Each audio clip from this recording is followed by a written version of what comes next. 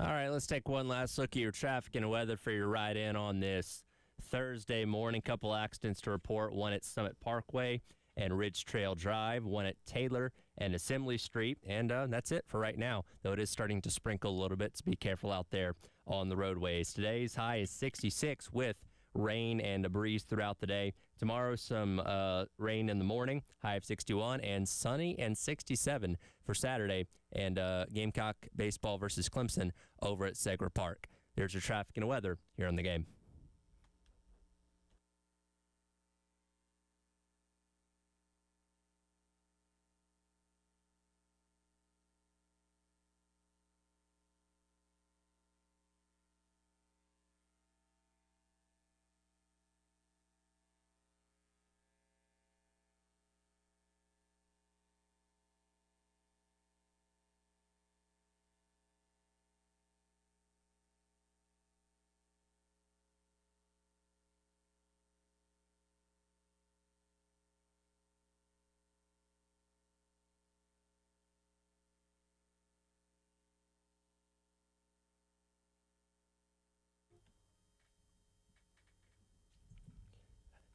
Oh, 9 o'clock on your Thursday morning. Welcome in. It is the Extra Point. Tyler Head and Jack Felcher along with you here on the game. Jack, man, how we doing today? You sleep good? Good no. Breakfast? How we doing this morning? No breakfast. Hardly eat breakfast. Although I do like breakfast a lot. I do. Typically, okay. That's more reserved for the weekends. Okay, I feel that. And then how'd I sleep? I mean, I didn't go to bed till like 1 just because I was up working last night. And yeah, you know, I'm doing better than most, I guess. So I'm here. You know, I was hoping we could really stall for a few minutes and not have to talk about what happened at Founders Park, but unfortunately, I think we kind of have to rip the Band-Aid off and have some uncomfortable conversations today about Gamecock baseball because it was not pretty. So I'm going to play the Sandstorm pick-me-up. Yeah, just do it. Because I think that's where the positivity is going to end for a while. Yep. For this show. Wasn't a good night at Founders Park, and we'll get to that right after the Sandstorm pick-me-up.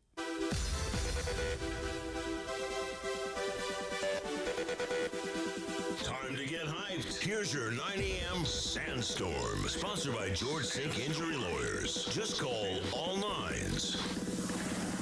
It is time for your 9 a.m. Sandstorm Pick-Me-Up, brought to you by South Carolina's largest injury law firm, George Sink Injury Lawyers. If you've been hurt in the car or at work, call George Sink now at 803 all nines. As I just mentioned, this is about where the positivity ends, at least for today when talking about Gamecock baseball. 9-8 loss last night to Queens, their first ever win against a Power 4 program. There's so much to unpack from this game last night, Jack. I don't even know where to start, man. Yeah, where do you start? It's Queens. Let's give some context here. Queens went 9-44 last year. Is that a losing record? That sounds like a losing record. 9-44. What are we doing here? What are we doing here? I get it. Teams around the country lose midweek games. 4 of the top 10 teams in the country, 2 of which from the SEC with LSU and Arkansas, just lost midweek games on Tuesday. The big difference between those programs and the shell of a program that used to be great that you have here at South Carolina is that those programs can recover, right? Midweek loss, okay, whatever. It's fine. You're going to lose those games every now and then. They'll be fine. They're going to probably be, some of those programs will probably be in Omaha by the end of the year. At this rate, South Carolina won't be in the postseason. 9 games into the year, and they have already lost 3 games to mid-major competition. For as bad as last year's team was, and they were bad, they never lost to a mid-major opponent. They've already lost 3 games this year, and it's not even March. That is... You want to talk about taking a step back? That's one of them right there. And you got to think about it. Like, if you're losing these games now, what's going to happen this weekend? What's going to happen in conference play? The record was awful last year. It was the worst in program history. But if you're dropping these games like flies, I mean, could it get worse than last year? And this team's supposed to be more talented. You spent far more money on this roster. You had a top 10 transfer portal class. Where is the disconnect here? And I hate to say it, I don't want to be the guy that does this, but some of this has to fall in coaching. It truly does. It just feels like the same problems from last season are still around. They can't hit consistently with runners in scoring position. Their pitching has really struggled these last few games. They are fundamentally not great. Their defense has kind of been pretty awful.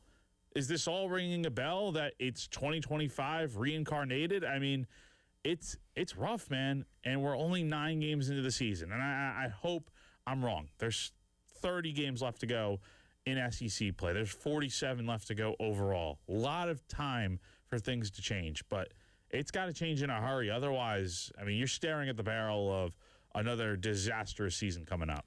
For further context, as you mentioned, last year, Queens went 9-44. This is a program that's only been around since 2019, so very young. Again, this is their first one against Power 4 opponent, previously 0-17, coming in, and 0-3 against Carolina before last night. Their season so far, they got swept, or they lost the series to Army by a combined score of 26-6, Navy, the same Navy team that Carolina beat last weekend. They nearly got run ruled by Radford, and then they lost last week to North Carolina A&T. So that's the team that came in and, quite frankly, embarrassed South Carolina last night. And you're right. We look at the midweek this week, and it got to the point, the baseball's been so crazy this week that ESPN's main account was tweeting about college baseball in February, which I don't think has ever happened before. But you're right. There have been a ton of upsets. Troy beats Georgia last night. Georgia Tech got beat by Georgia State. LSU lost the other day. Arkansas lost. Like, it's just been a weird week, right? But all those teams have numbers next to their names where their fan base can look at it and say, you know what, bad game, bad night, because that happens in baseball, right? No team's ever going to go 56-0 in college baseball. No pro team's ever going to go 162-0. Sometimes you have off nights. Sometimes bad teams play really well. The White Sox can beat the Yankees on a random Tuesday, and you're not ready to burn it all down and start over up there in the Bronx, right? Those kind of things. You have 162 games. This is a 56 game. I think it's a sprint, honestly, because if South Carolina continues to have games like this, SEC play won't even matter because we just know we know what will happen by that point.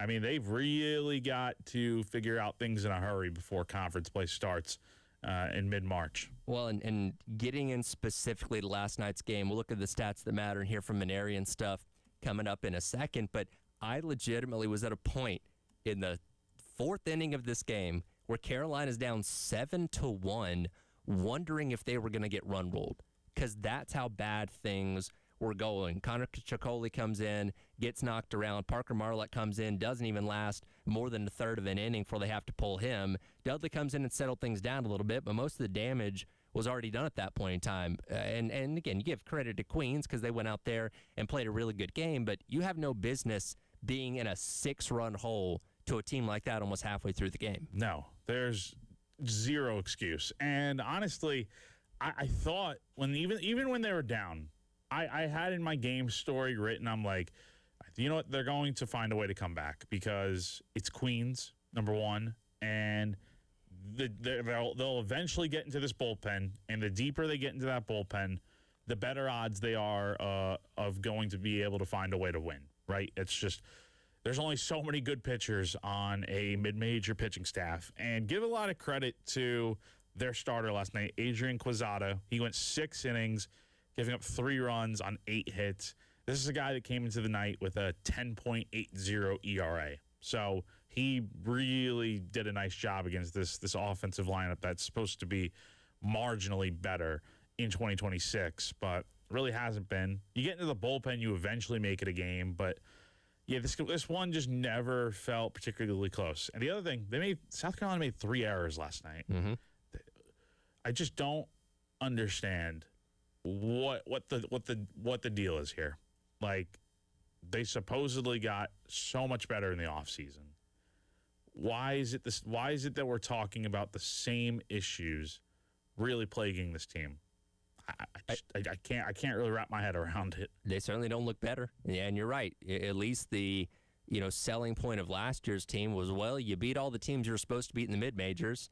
You were undefeated going into the Clemson series. Now you're going in at 6-3, right? And we'll get into Clemson a little bit later on. Ashby Mixon of Clemson Insider going to join us at the bottom of the hour to get some insight into what's happening in the upstate and how much they're probably laughing at South Carolina right now, and rightfully so, because what's happening right now is pretty embarrassing. And then again, they did almost mount the comeback last night. You went into the bottom of the ninth down 9-4. Lazama gets an RBI.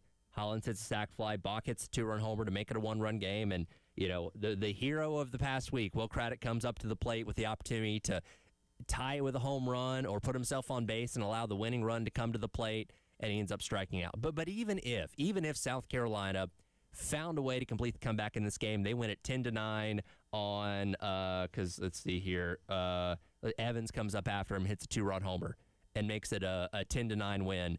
We're still not feeling great about it, right? Because you still had to scratch and claw your way out of a 6-run hole against a team you have no business being in that kind of game with. It's just, it's simply embarrassing. It really is for South Carolina. It's really bad. And it brings up the question, where does this loss rank amongst the worst in pulmonary short tenure at South Carolina, in your opinion? It's got to be number one, right? Because, again, you didn't lose to any of these type of teams a year ago. Yeah. Now the Northern Kentucky loss and the lack of effort, energy, whatever you want to call it, was bad. Getting knocked around by Army, who is also a mid-major team in baseball. Not great either, but, I think this one takes the cake. This is the worst loss of the pulmonary era. I disagree. You disagree? Okay. It is. It will always. The number one will always be what happened out in College Station last year. You were up 12-2 in the 5th inning. And maybe it's because I was there and just had to watch it all unfold right before my eyes. Maybe it'd be different if I watched the game on TV. But seeing a 10-run deficit, you're up 12-2 in the 5th inning and you lost 15-12 by the end of the game. It took 2 grand slams to beat you in the bottom of the 9th inning. We also forget that weekend, Pulmonary forgot to put Brandon Stone on the roster. He misspelled his name. So I forgot about that. So that one's going to always take the cake for me. That is always going to be number one. No way of justifying that game. I will say, though, number two, very confidently, is last night's game. You can't lose to Queens, a program that is in its infancy at Division I baseball. South Carolina has this rich history, a program that's been to Omaha so many times, won a couple College World Series, nearly completed a three-peat. You got like a Hall of Fame head coach, active wins leader in college baseball, but man, this hire is just not. It's not worked. It is not worked. And honestly, when you're looking for someone to blame, as much as it's going to be put on Pulmonary, how about Ray Tanner? It has just become, I think, for a lot of fans out there watching, it's probably become, as he put it, it's cyclical. It really is. And this guy, he's a great coach, but his tenure as an AD, it will probably go down as the worst just because of how bad some of these hires have been. And, the Maneri hires, it just has not worked at all. Well, it certainly doesn't look like this team's any better than they were a year ago, and that was the selling point of the offseason was, hey, Maneri understood what went wrong last year, went out, got better talent, spent more in the portal, and all that kind of stuff, and it's not looking like that as of right now. By the way, real quick, because I guess I'd relapsed the memory of that A&M series, but you're reminding me of it now as we're talking about it. If I had a nickel for every time that South Carolina men's sports blew a major lead in College Station last year, I'd only have 2 nickels, but it is weird that it happened twice. It is. If you know, you know, if you get that reference. But, yeah, that one's definitely up there. But and not that you can explain that away by saying it's an SEC team. And not that it's more understandable either, but, I still think losing to Queens in the fashion that you did last night, basically being outplayed for most of that game, that to me is worse. It's bad, but, How many times can you say you've seen a team blow a 10-run lead?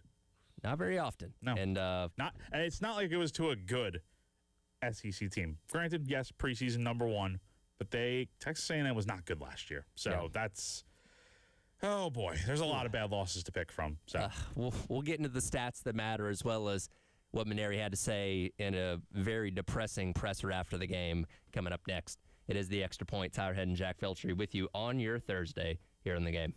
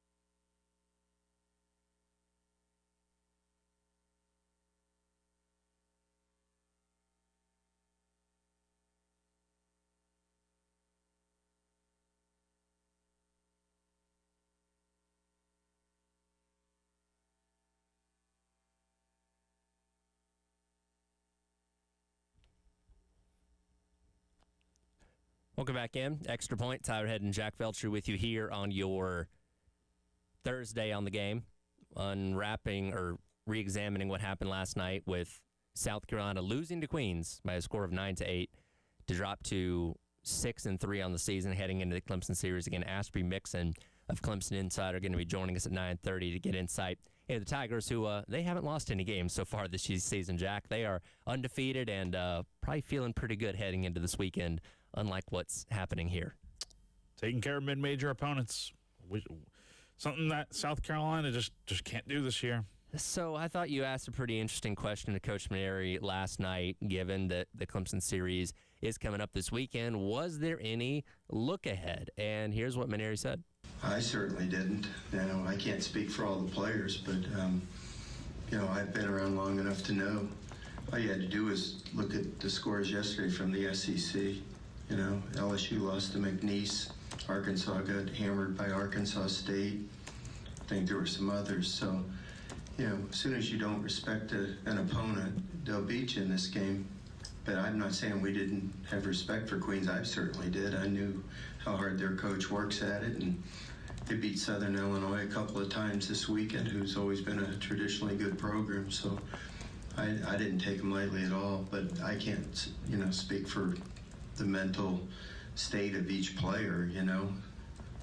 I thought they were excited about playing and had a good positive attitude and we're ready to go. But things just didn't go our way early in the game. We dug ourselves a big hole and then had some bad luck as the game went on. And I think a lot of times when you have a loss like this ahead of a really big series, you kind of can chalk it up to the look-ahead factor, not taking an opponent seriously and all that kind of stuff. But watching last night's game, this is a Gamecock team that hit the ball 14 times, did end up eventually scoring 8 runs, had a lot of long balls that ended up kind of dying at the warning track that, could have gone a few feet further and been home runs, and the result's a little bit different there. So I didn't feel like it was a lack of effort or a lack of, taking the opponent seriously. I just thought they got outplayed last night. They did. That is exactly what happened. They did get outplayed, but there's no excuse to lose that game. Like, even on your worst night, you should typically find a way to win that game. And I thought they were going to. I really did. I'm saying it all ninth inning in the press box. I'm like, just as soon as they got the first hit, I'm like, all right, here we go. They're going to find a way to win this game because there's just no reason they should lose this game, even for how bad they played. And I don't think it would have changed much even if they had won last night. Like, you avoid a major upset. And maybe you have a little bit of momentum with a walk-off heading into this weekend, but still, you got outplayed against a team that is really, brand new to D1 baseball for only a few years now, and they won 9 games last year, Tyler. Nine games. We're 9 games into this season, and South Carolina's already got 3 really ugly losses. What do you think Queen's NIL budget is? Dude, McDonald's coupon? Yeah, shoot a freaking Happy Meal at McDonald's. I really couldn't tell you, man. It's probably minuscule compared to an SEC budget. And I get it. Upsets are going to happen. But this program can not afford to lose games like this. Especially, this weekend. What if you get swept this weekend, you're 7-5 on the year against or even if you win a game, you're 7-5. You really could be 6-6 after this weekend through 12 games against what is probably, before Clemson, the weakest part of your schedule. Yep. It's cyclical. I'm going to use that word pretty often. It is cyclical. Just seeing what's going on. By the way, there is also no guarantee that Queens is going to exist as a baseball program next year. Because they're going to be Elon. Because they're going to merge with Elon. And in the latest reports on this back in November, they still haven't said one way or the other if both athletic programs are going to continue. I was in a community college that had its own baseball, softball, basketball teams.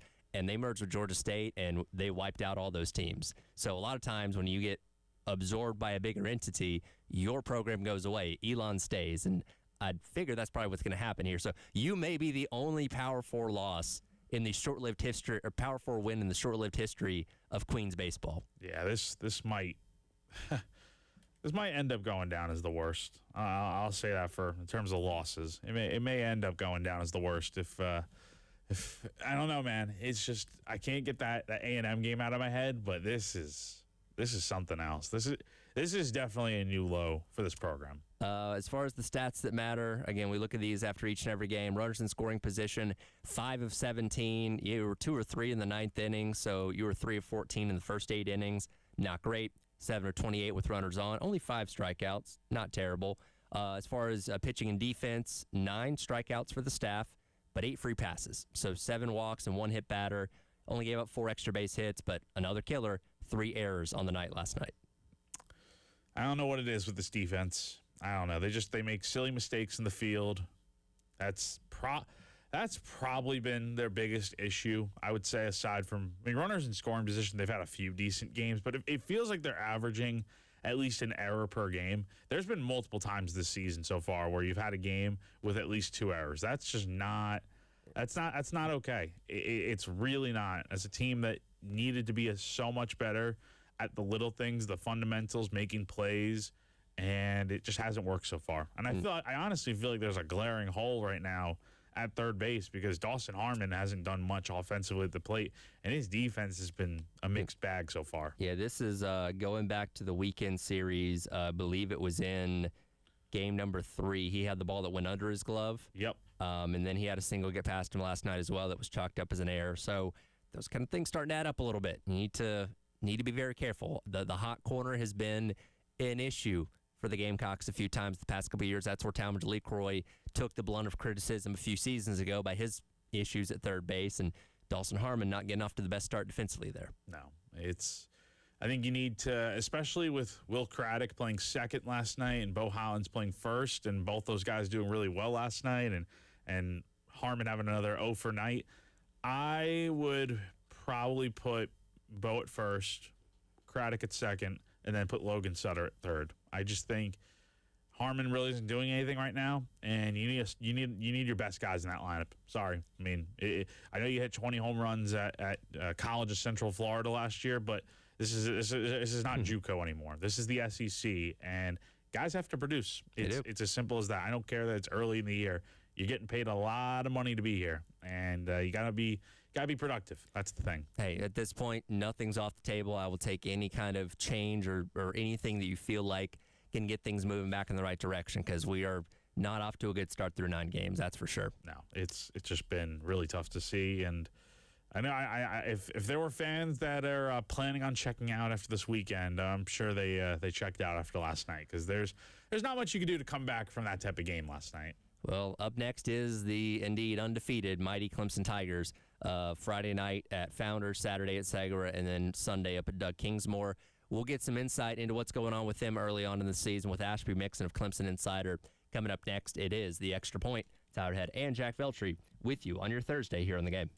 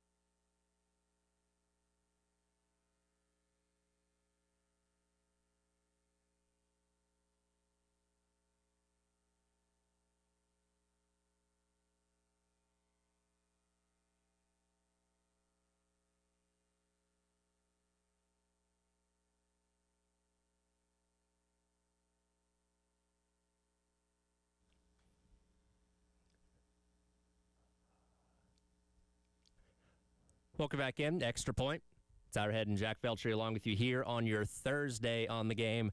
Talking all things baseball this morning as we move away from the loss to Queens last night. We set our sights on Clemson this upcoming weekend for the Palmetto Series. Friday night at Founders Park, Saturday at Segra, and then Sunday up at Doug Kingsmore. To get insight into that Clemson Tigers baseball program, joining us now on the AAA Heating and Air phone lines is Ashby Mixon of Clemson Insider. Ashby, first of all, appreciate you taking your time, and I imagine there's a lot of Clemson fans probably having a good laugh about what happened last night at Founders Park. Is that fair to say? Well, thank you so much for having me. I'm excited to be here, and I don't know if they're necessarily laughs, at least coming from me. I really thought that they were going to come back and get the win last night. I was watching the end of it, but definitely tough midweek situation for sure. But, South Carolina is one of about 1 million teams that fell in the midweek this week, it seems. Yeah, it's been crazy just in the SEC alone so far this week. Clemson's had a good start of the season, 8-0. Last victory against Presbyterian the other night up there in the upstate. Through 8 games, what are kind of the early storylines that are emerging for this Clemson team? Well, first and foremost, I think for the Clemson team, the pitching this year has improved. They've brought in some transfer guys, Michael Sharman from Tennessee, and a lot of freshman guys in Dylan Harrison, Eston Simpson, some guys that are throwing a lot harder than most anybody on the roster was last year. And that's been improved, and they've been solid through these 8 games. I think they have an average of like a 1 ERA or something like that. Might be a little bit above that now, but they've been shoving teams down, and the offense has found different ways to win alongside that. On offense, you have a lot of guys that have improved from last season. Luke Gaffney, who struggled at times last year, the first baseman. Jacob Jarrett, the catcher's back. He already has 4 home runs. Jaron Purify and a few other guys are returning. But they look to be improved so far through these first 8 games. Hey, Ashby, it's Jack. Thanks for joining us. Aiden Canuck, I'm assuming, is probably starting tomorrow night, I'd guess, right? What have you seen out of him so far this year? I mean, Gamecock fans know him from last year, pitching pretty well against the Gamecocks out at Clemson. Yeah, Aiden Canuck will definitely get to start tomorrow night. It's interesting. I was looking at it. He's never actually thrown in Founders Park, so that will be a new environment for him. He threw in Clemson on Sunday his freshman year, and then I think Clemson again last year. So this will kind of be, even though he's a junior guy, more of a veteran, a first for him as well. He had the flu going into the first week, so his performance maybe doesn't look as dominant on paper as he was at times last year. Kind of the same in his last start this past weekend.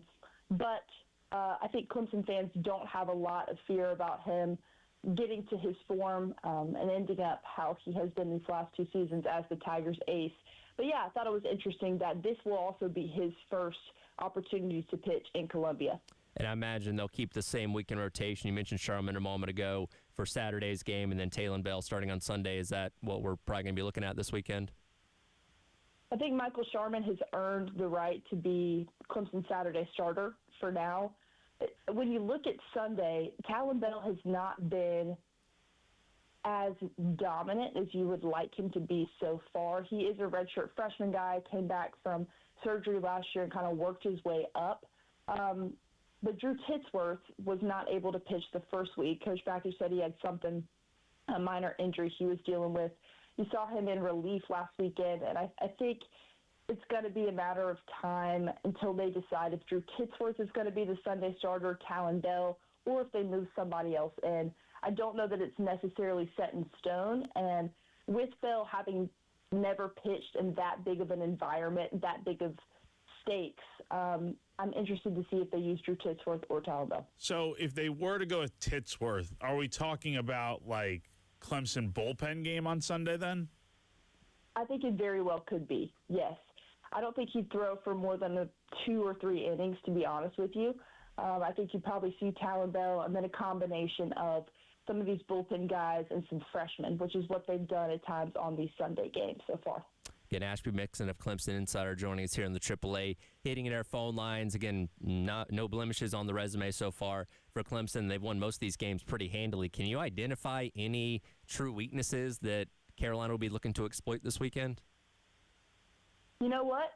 Yes, because I was looking at it, and Clemson's defense has already notched 11 errors through these 8 games. They have not been as solid defensively as I think many people thought they would be, with a lot of veterans returning. A lot of that is because you have Tristan McClatty, who's kind of a utility player, playing third base most of the time. And you've seen some issues with that so far. 3 errors on Luke Gaffney. So that's been a bit of an issue for these Tigers so far. Additionally, like I kind of mentioned, you have a lot of freshman pitchers that you've been relying on, in a Dylan Harrison, and an Eston Simpson, and a Danny Nelson. Those are kind of the big 3 that have been helpful so far. And they've never been in a rivalry environment. They've never been in a hostile environment. Clemson hasn't played on the road yet this year. Last season, they started off in Arlington, Texas, against a lot of top 25 talent.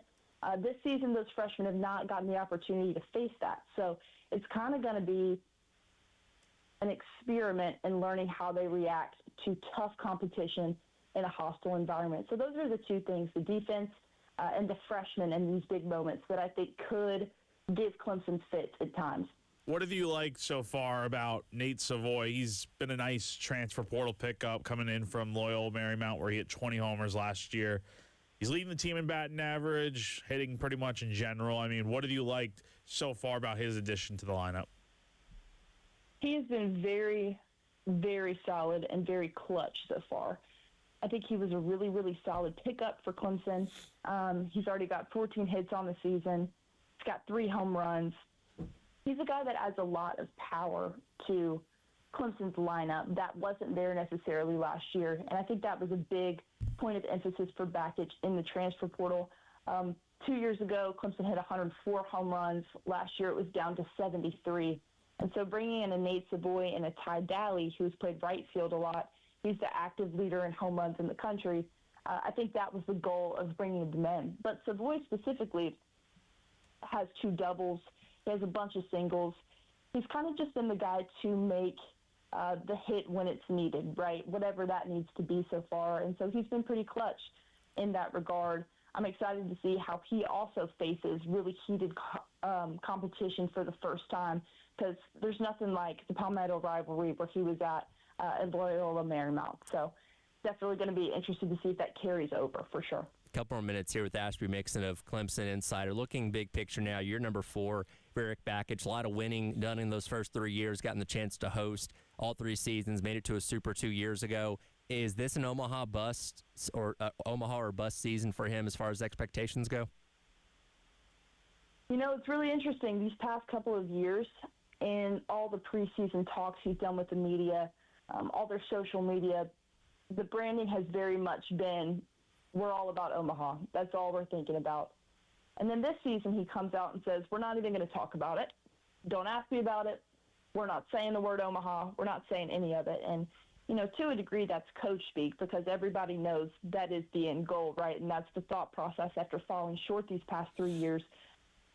To me, it looks like this is the most depth he has had on a team, specifically on the pitching side of things. They ran into injuries these past couple of years on the pitching staff, and I think that if pitchers can stay healthy, they are deep enough to make that. It's just about consistency, right? And it's about, can they get over the hump? Can they actually win a regional? Can they get to where they're hosting a regional with the new format? So that's going to be interesting to look at. I think they're much more equipped to be an Omaha team, especially than the team last year. I think they're more on line with the team 2 and 3 years ago.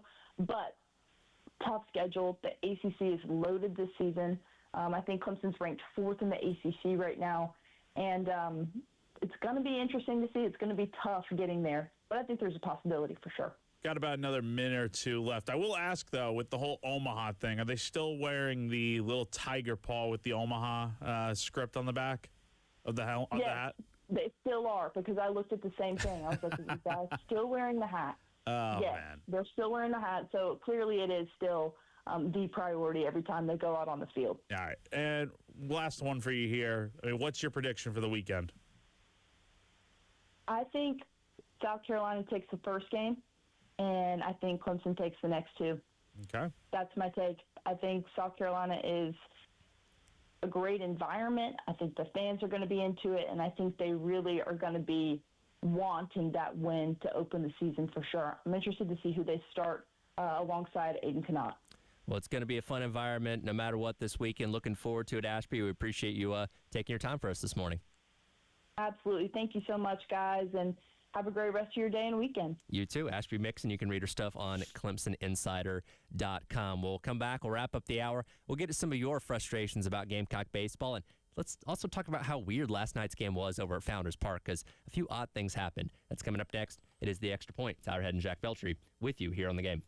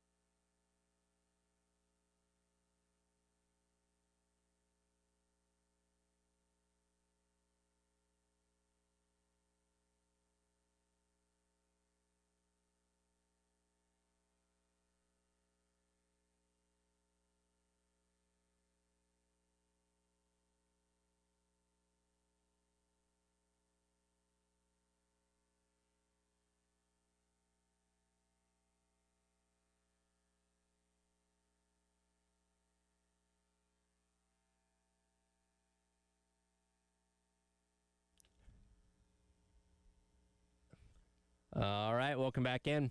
Extra Point. Tyler Head, Jack Beltry, along with you here on your Thursday on The Game. Again, talking Gamecock baseball, and not feeling great right now ahead of this Clemson series. And again, appreciate Ashby Mixon of Clemson Insider joining us there in the last segment. It's going to be an uphill battle for sure for South Carolina. Again, game number 1 tomorrow night over at Founders Park, 7 o'clock. First pitch, pregame coverage starting at 6:45 right here on The Game. Saturday for game number 2, you can join myself and Elijah Campbell from 1 until 2:30. We'll be out in front of Segra Park doing our own local pregame show here on 107.5 The Game. And then the game itself will be on our sister station, 98.5 WOMG, starting at 2:45, because men's basketball will be here on 107.5 The Game as they take on Georgia at the same time. So there's your programming notes for the weekend for South Carolina baseball. And again, it's not going to be easy, and this fan base is not feeling good right now. To get to some of these texts that have come in the Firehouse Subs text line, and I appreciate y'all weighing in. Nameless texter says, I can't speak for the players, quoting Paul Maneri. You're the coach, sir. You should be able to speak for the players. Another nameless texter says, in the calendar year of 2025, South Carolina was the only SEC team that didn't make the football playoffs, the NCAA basketball tournament, or the NCAA baseball tournament, looking to be that way again. By far the worst athletic department in the conference. Yeah, that'd be true. Because if you just think about it from a baseball and basketball perspective, LSU and Carolina were the only two SEC teams that didn't make the men's tournament last year. Of course, LSU would go on to win the NCAA baseball title. So, yeah, you're the only team in the SEC that failed to make all three of those tournaments. That just further proves how bad things have been for the past year and a half. It's been rough. It's been rough. My question is, where is Jeremiah Donati in all of this? You're right. I mean, we have barely heard a peep out of him. I know he was at the State House yesterday at the NIL hearing or whatever with the other ADs, Chance Miller and Graham Neff. I mean, hearing something, I think, from him would, I think, be important for these sports right now that are really struggling, like men's basketball and baseball. Like, whether it's affirming that Lamont Paris is going to be back next year and they're going to give him more resources to work with, or just something. I mean, it is just not. It's not good right now. It's not. It's not. For basketball, I thought when Carolina had the kind of week off with no midweek game, I think that was before they played Alabama. I thought maybe we could have gotten something then. We didn't. So I think we're all just assuming, hey, Donati's not really going to speak on it until he makes a decision coming up here in a couple weeks once the season is finally over. For baseball, I think it's too soon, right? As rough as the first 9 games have gone, I think if you were going to say something, you probably wait until about halfway through the season to see if things kind of course correct. But yeah, basketball, you could have said something already, but I think it's still too soon to give any commentary on baseball just yet, even though it's not been great so far. What if they get swept this weekend? I don't think you're making a move mid-season, but I did think of an example last night. Chris Lemonis at Mississippi State was actually when South Carolina was in Starkville last year. Mm-hmm. Mississippi State fired Lemonis, and it had been coming and brewing for a little bit, but it happened ironically after a series win for Mississippi State. They fire him. Justin Parker takes over as the interim, and the Bulldogs go on a nice run to turn their season around and make it to a regional. I'm not saying that's going to happen here, but I'm just saying if you are going to get swept this weekend and it's not convincing at all, it may be 12 games into the year, but it is just not. That would tell me right there that it's just not going to get better in conference play, because if you can't beat Queens, if you can't beat Clemson early on in the year, then what are you going to do when you're facing top 10 teams in the SEC seemingly every weekend? Yeah, and we'll get specifically in the matchup a little bit more tomorrow, and we'll go back over a little bit of what Ashby had to say there in that last segment. But yeah, the hopes and expectations of the season really ride on what happens this weekend against Clemson. If you get swept and those games are all ugly, then I believe a lot of people are jumping off the ship pretty quickly and finding other things to do with their Fridays, Saturdays, and Sundays for the next couple months, probably. Absolutely. I think there's still fans that are going to be off the ship regardless of what happens this weekend. I'm still interested to see what happens this weekend. I think there is still a possibility where South Carolina can take a game. I think Ashby is right. I think we'll see who they pitch on Friday against Aiden Canuck. I would like it. At this point, it has to be Amp Phillips, right? I mean, there's just, if you're trying to win a series and get off to a good start, Amp Phillips gives you the best chance to do it. Riley Goodman may have the best stuff overall on staff, but he's a young guy, and his control has kind of been all over the place so far through 2 outings. I think bump him back a day, give Amp the start on Friday night with that pressure that's going to be on, especially coming off of a real ugly loss on Wednesday. I mean, yeah, you really need to find a way to flush it and bounce back, and the way you do that is by putting your ace out in the mound, and right now, that guy to me looks like Amp Phillips. And we should have that rotation set sometime today, correct? Yeah. So Paul is going to be speaking now. It was supposed to be at 1 p.m., but the weather's kind of dreary outside. Okay. So it's now 3:30 p.m., we'll get more on the rotation. Okay. It wouldn't shock me if the rotation remains the same from the standpoint of like the combination. Ultimately, though, I think you got to make a flip with starting. It just feels like a no-brainer to start Amp on Friday. Like moving him up a day for days rest. He'd only have 6 days rest instead of a normal week. Okay, he's a big boy. He should be able to go out there and pitch on one less day of rest, and then you give Goodman a chance to go out there on Saturday potentially, get the start, neutral site, and we'll see if the pressure's on Clemson at that point. If South Carolina can win on Friday, that's a huge game. We'll see what Maneri says later on today. Real quick, a lot of weird things happened in this game last night. You had the pitch clock violation for after the pitching change that ended up being a strike 3 on one of the Queens batters.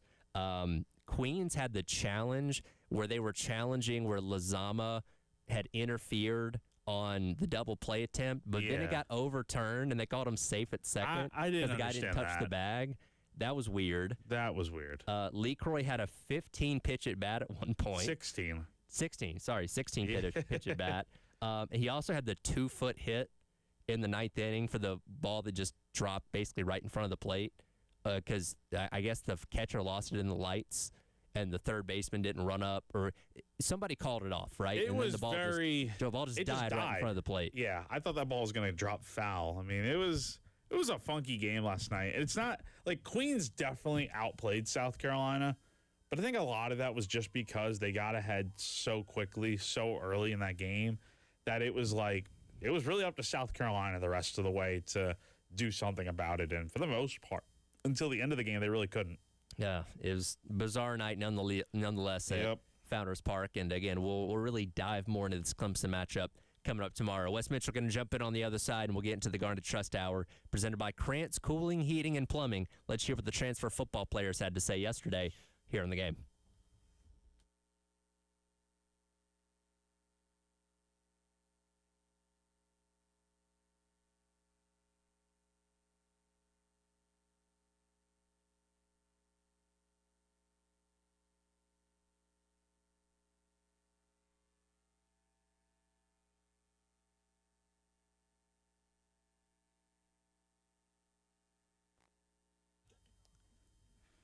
All right, as we close out the first hour here, if you're a small business owner, a church, or other entity in need of a new HVAC system, AAA Heating and Air has exciting news for you. AAA now offers financing to qualified organizations to aid them in installing a new light commercial HVAC system. It's as easy as calling AAA Heating and Air for a quote or finding them online at callAAAtoday.com. Tell them Jack from 107.5 The Game sent you on over at AAA Heating and Air. They have got your back. They're offering up to 12-month payment plans on repairs with no credit check required. That's right. No need to worry about your credit score. As long as you're a homeowner with a valid bank account, you will be good to go. Take control of your comfort today by giving a call to AAA Heating and Air at 803-677-1500. Again, the number to call AAA Heating and Air is 803-677-1500. Give them a call today and breathe easy again.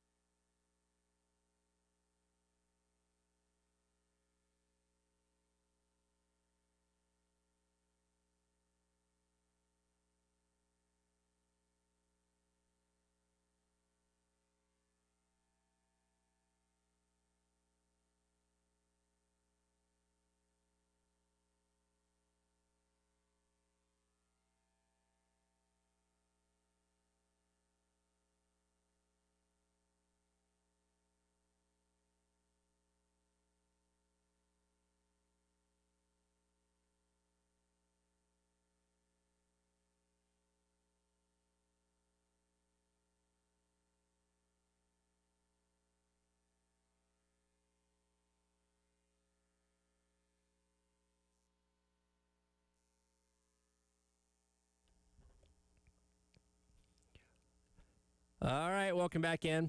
It is the Garnet Trust Hour presented by Krantz Cooling, Heating, and Plumbing. Here on your Thursday on the game, Tyler Head, Jack Veltry, Wes Mitchell along with you. We'll get to some of the sound of the new transfers that got to speak to the media yesterday. Also, Ashley Chastain-Woodard coming up at 10:30 as at least one Diamond Sport is doing things well right now as they come in off of a win against Charlotte after being out at the Marinoda Classic over the weekend. So we'll get the latest update with Coach Chastain-Woodard coming up at 10:30 as win over Winthrop. Yeah, nice comeback win last night. Okay, last night's win. Okay, yeah. But they did beat Charlotte, They did beat Charlotte earlier on the week as well. So, like I said, at least somebody's doing good things on the Diamond Sports, and we won't spend the entire segment on this, Wes, but we've been unpacking last night's debacle at Founders Park, and it hasn't been fun. Have y'all taken any calls? Not any calls. I'm surprised. If you want to call in and vent your frustrations, 803-404-6100, feel free. But no calls yet, just some texts. Jack, you were there. Yeah, you texted me last night. You're like, what is going on over there? Not my exact wording, but no. I put it the nice way. What the blank is going on. The guys. Last year's team, say what you want about them, they won these games. You know what I'm saying? All of them. Like, literally, the midweeks against non-Power 4 competition, they were undefeated. Mm-hmm. You've already got 3 losses to this point. I don't know, man. I mean, it puts Maneri speaking today again. I'm guessing, Jack. Yep. It puts a lot of pressure on this weekend because I saw a tweet from, I think it was Mark Etheridge, who, national baseball beat writer. I thought he had a great point, man. He said, look, hey, last year's team didn't lose games like this, and now you've already racked up 3 losses to teams that you, quote-unquote, should beat. And I think people understand baseball enough to understand, like, hey, you're gonna have one of these happen. Yeah. Might have 2 of them happen. 3 in the first 10 or so games of the year, people are starting to go, okay, what's going on here? And to Etheridge's point, Gamecock fans just want a little bit of hope about this team, man. Like, they really just, they want to believe. They want some hope. They want some reason to be like, hey, they can get this thing going. They can get this thing turned around. And, I mean, I said it when we were talking about, like, the peak injury. I mean, I truly, really do hate it for the fan base that, and I'm not saying the season's over. I'm not saying you can't turn it around. I'm not saying any of that. But who right now is sitting at home after what they witnessed last year with much belief with what they've seen through the first few weeks, saying it's going to get turned around? You know what I'm saying? So, yeah. I don't know, man. I just feel for the fan base and got to improve a lot of things very quickly. I mean, yeah, there's 47 games left, but that's going to go by really quickly here. Like, conference play starts, I think March 14th, or 13th. I mean, it's coming up fast. It's 2 weeks from tomorrow. Yeah. Well, for South Carolina fans, the equivalent of conference play starts this weekend. Oh yeah, you know what I'm saying? Yeah, it's here. That'll tell you how you stack up against those kind of teams. No, totally. Clemson's undefeated, right? Yeah, 8-0. Like this weekend is massive. But here's the thing. Like, I think you can make last night's loss become a nothing burger if you go out here, win the series this weekend against Clemson, and do decent enough in conference play. You can't have more slip-ups like this, though. This is just not a good sign. Because you're right, Wes, they did not lose these games last year. And the fact they've already lost 3 of these in 9 games, if they're losing to Army and Northern Kentucky and Queens, what does that mean for when you play the big boys like this weekend? And if you don't do well this weekend, I think you're going to have a lot of people, probably including myself, that just don't see this thing getting turned around in conference play, because you can't beat Clemson. How are you going to beat Arkansas and LSU and Mississippi State and Georgia, all these top 10 teams across the SEC, Texas? I mean, it's a tough conference slate that is far tougher than anything you're going to face this weekend. Elijah and Preston did have a caller this morning that said it would be the most Gamecock thing possible that you have these 3 rough losses in your first 9 games, then you go out there and beat Clemson this weekend, 2 out of 3, or sweep them or something to kind of re-energize people a little bit. Like, okay, maybe they're turning things around, and then you fall flat on your face in conference play. They said that'd be very apropos for Gamecock athletics as of late. Well, I mean, at this point, sign everybody up for that, man. Like, you take that over what it looks like could happen this weekend, man. Sure. I mean, Jack, what happened last night? Well, the pitching was really rough early. I mean, guys. Like literally, what happened? What do you mean what happened last night? I tune in to the game. Yeah.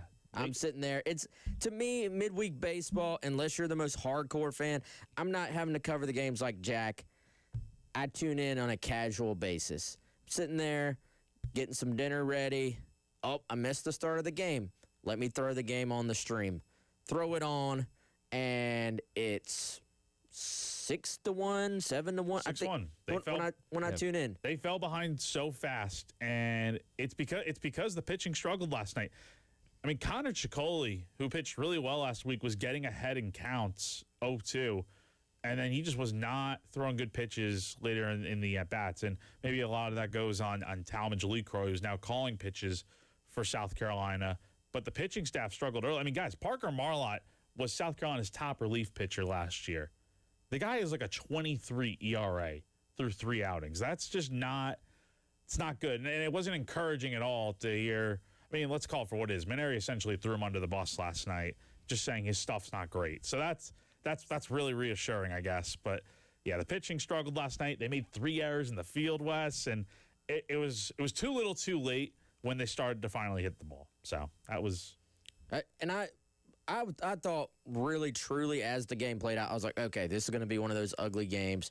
They will find a way. I think it's what everyone thought. They will find a way to win the game. Like, they almost did. And then, yeah, they almost. But I mean, too little, too late was literally. Yeah. Like, if you had started having some ABs like they did there in the ninth earlier in the game, you just, there wasn't enough margin left because they hit, I think, 2 balls to the wall. They hit late. more. I think they hit more than that. No, I'm talking about in the final 2 innings. Well, like, yeah, in the final 2, but and the whole game was like 5. Yeah, like these are depending on weather, wind, all these other factors. You hope a couple of those balls leave the yard, but you don't want to get to the point where you are even having to think that against Queens. Yeah. You know what I'm saying? I mean, this is a team that they didn't win 10 games last year. They won 9 and 44 last year. It's a different team, obviously, but man, again, I just feel for the fans, man. I really do. It's frustrating. The season's not over, but I mean, who can sit there and watch what they've seen so far and just get some level of excitement? Like, it's frustrating, man. It really is. And you know, I think when you look at moving forward, I a lot of times put the midweeks in a different bucket because you're not pitching your main starters, right? But to this point, 2 of those 3 losses have been weekend games. You know what I'm saying? Like typically you have some like Wednesday losses or Tuesday losses in the middle of the season because you go, well, they pitched a guy who's not going to pitch in an SEC game in a bigger role. He started, he had a rough start, or I think, guys, a lot of times you'll see teams, maybe they have enough depth to be like at the top of their pitching staff where they're pretty good on the weekend, but then once it gets into like the real depth of your staff, they struggle a little bit on, you know, the midweeks, and people kind of put all those things into one bucket when really it's different pitchers on the mound, so it's just different. But to this point, like I said, 2 of these 3 losses have been on in theory, the guys that are going to be going out there against Clemson, against SEC play. And I don't know, man, just frustrating. Yeah, no doubt about it. We'll finally switch gears and talk about something else. The transfers did speak yesterday. You guys got to go over there and talk to some of them. We'll hear from them and get your guys' thoughts on what you learned from the new guys on campus as we continue on with the Garnet Trust Hour, presented by Krantz Cooling, Heating, and Plumbing on your Thursday here on The Game.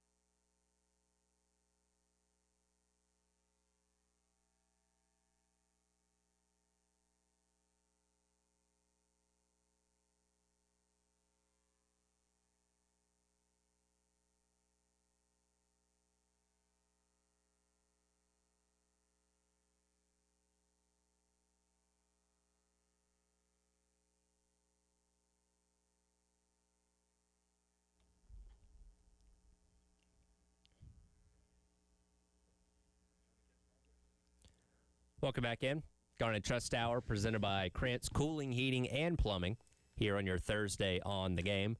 Reminder, coming up in a couple of weeks on April 3rd, it's the 107.5 Game Spring Golf Classic. We'll be back out at Charwood Golf Club in West Columbia featuring Saki's Morning Libations Bar, onion sausage provided by the Lexington Gamecock Club, and the Golf Gun makes its return as well. If you want to take part, it's $400 per team. Give Charwood a call at 803-755-2000 and press the number 2 to register. Again, 803-755-2000 and press the number 2 to register for the game's Spring Golf Classic coming up on April 3rd. Yesterday afternoon, you guys got to be over at the football facility to meet all the new transfers, or at least a lot of the new transfers. I know you probably didn't get around to talking to everybody, but of the guys that you did get to meet and interact with, what were y'all's takeaways from yesterday? It was a good event. I thought for the most part. Now, we didn't get to talk to everybody we wanted to, and shout out to South Carolina for putting it on, but I think there were probably like half the guys missing, so that that wasn't ideal, but I'm sure we'll get to talk to them in the spring and the fall once we get to fall camp. But yeah, it was good. I think I talked to maybe about 6 guys yesterday, and a lot of I will say this, and Wes can probably speak on this too. A lot of those guys were really good talkers. Like, it wasn't like I'm trying to think of like an example, like a guy like Lenoris or Dylan Stewart who aren't really talking. Like, these guys will give you like think of like the in-between of the guys who don't talk really well here at South Carolina and like what Robbie Ashford was, giving you like 3-minute answers. Like, these guys will give you like some decent answers. A guy that really spoke for a while yesterday, I know Wes talked to him too, Caleb Herring, the transfer from Tennessee, would just talk for like 2.5 minutes for any question you had. So overall, really good event yesterday, I think, getting to talk to some of these guys. I love that Robbie Ashford is our standard for like long-winded guys who would go for like 3 or 4 minutes on any question, and like Sellers is like the low end of like 15 seconds if you're lucky. Yeah, Jack, what Jack is saying is that some guys don't say as much at the podium. Right. Essentially. Yeah. I really enjoyed talking to Tomiwa Durjaye. You're good with that. I'm still working on it. I got him to record the exact pronunciation for us. Excellent. As well. Did you pronounce it right then? I'm about 90% sure. So I'll check my work. Like with Okoronkwo, we're going to need a phonetic in the studio to use as reference. Yes. But so kind of cool. Like, this guy's a football junkie, I found out. Didn't realize that. Reminded me that was a word or phrase that was thrown around with Cisse last year. And he is a self-described football junkie, and just watches a bunch of different teams, bunch of different players, bunch of different defensive linemen. And so, interestingly enough, he was like very familiar with what South Carolina does schematically on the defensive line. South Carolina finished like 2nd or 3rd for him out of high school. So he spent time when he was being recruited with Tonka, with Boogie, with TJ Sanders. So that 2024 defensive line that was like so dynamic and just kind of turning those guys loose, he actually paid, some of these guys don't pay attention to what's going on anywhere other than where they're at. He like watched a decent amount of South Carolina, and I kind of think that factored in the fact that Clayton White obviously is still the DC here. He said that he was looking for somewhere that was going to let him, even as an interior guy, scheme-wise, like go rush the passer, get turned loose, not just be, hey, we need you to plug this gap, and as long as you do that, we're happy with you, but you're not going to be able to put much on tape in terms of production. And so that was really a huge reason I think he picked South Carolina, was just kind of knowing what they've done with defensive linemen. Somebody else had told me that within the program that told me kind of reminded them of Tonka, and he didn't really push back against that. He was like, yeah, I know all those guys. That's a valid comparison. And I know we had the question, why did he transfer so many? He's transferred a ton. Yeah. And I didn't say, hey, why did you transfer? Why are you at your 5th school? But I did say, like, all right, you were starting last year. You're playing a lot. Why enter the portal this time? And basically he said that his defense coordinator and one of the D-line coaches there at Illinois left. And so the scheme here was a big reason he picked South Carolina, but a big reason he entered the portal in the first place was just the coaches he was closest with were heading out, and obviously he was no stranger to the portal at that point and said, all right, I'm heading out too. Let's get into some of the sound of what some of these guys had to say. Elijah Campbell went over there and grabbed some thoughts of a bunch of guys. And one of the common topics, especially for offensive players, was their thoughts on the Kendall Browl offense. So here's a mix of a couple different guys giving their thoughts on the offense they'll be playing in this year. It's fast tempo, and there's a lot of different moving parts. We still got a lot to learn about it. But I think we'll figure out a lot more through the spring, through the summer, and once we get into season. It's explosive. Explosive offenses win games, and it's very explosive. And we got a lot of playmakers here, so that was a big draw to it. It excites me a lot because one of my strengths that I believe that I have is being able to catch the ball really well out the backfield. I've been catching the ball since a really young age. My older brother, he was a receiver. My dad was a receiver. So they always had me catching the football. So I feel like that comes really natural. And when we've been running plays so far, just by ourselves and all that stuff, looking through the playbook and stuff, you can really tell it's going to be an explosive offense. So those three cuts in order. First, that was Hank Purvis. Then that was Carter Miller. And the last one you heard there talking about catching was Christian Clark coming over from Texas. So you get a perspective of two offensive linemen and one running back. And, again, an excitement level for this entire offense as a whole, a very college-friendly offense that a lot of these guys are looking at saying, hey, I see where I can come in, plug in there, and be successful. And it seems like that buzz is resonating throughout all the offensive line groups so far, 6 months ahead of the season. Couldn't hear a darn thing there with all the background noise going on. No laugh? Wow. No? Sorry, Jack. No? Come on, man. You're not going to give me the benefit of the doubt? You're not going to laugh? Oh, come on. I didn't know if you're going to have anything that was going to follow up. We were waiting for the punchline. We're kind of waiting for the next part. Wow. That's what it was. Okay, whatever. Scratch I was that. like, okay, Are you being Gamecock fan complainer, or are you making fun of the fact that I said there would be too much background noise? Yeah, or? I'm kind of a mixture of both. I didn't know if you're doing a bit or referencing something, so I was kind of waiting for the second part. I think he was making a bit that I said. Okay. I was trying to be funny, but I know you were, but can you explain your joke? Because you have all the noise in the background there, and also typically, whenever we posted these videos in the past, apparently the big issue is that there's a lot of background noise during these videos. But you could hear them. You could hear them pretty well. I think you could for the most part, but there was a lot of background noise. And how many people were at this thing yesterday? Dude, it was a different guy at each table in that. Probably 20 tables in that cafeteria. Yeah. But how many media people asking questions and stuff? Probably about 20. Okay. Yeah, it was the usual. Give or take. Yeah. Somewhere around 50 people in a room. It's gonna buzz a little bit. See, I thought he was throwing shade at me, so I was like, I'm not gonna give him the benefit of the doubt at all. No, I was not throwing shade at you. Here's the difference, Jack. We're walking in there with an iPhone, so when we put the video up, you really can't hear anything the people say. Yeah. Elijah's got a microphone for the radio, true. So you're only getting that sound, but you're getting the actual voice of the player. The voice being the closer thing to the mic's going to come in stronger, where it is easier to hear. I think we need to invest in a mic at GC. We do. We do. But you'll have a mic. An iPhone. We need one that plugs into the iPhone. Okay. All right. In my opinion. Well, now I've lost track of what I was thinking about with these sound clips. Anyway, two offensive linemen, one running back, talking about their excitement of playing in the Browns offense. Christian Clark was another guy I really just enjoyed talking to. And, I think the other thing with these guys is that you can just tell the difference between talking to a transfer portal guy who's maybe 21, 22 years old versus talking to a bunch of 18-year-old freshmen. Like, just the life experience so far, kind of having a feel for what college ball is all about. It's just different, man. Like, there's just a maturity there.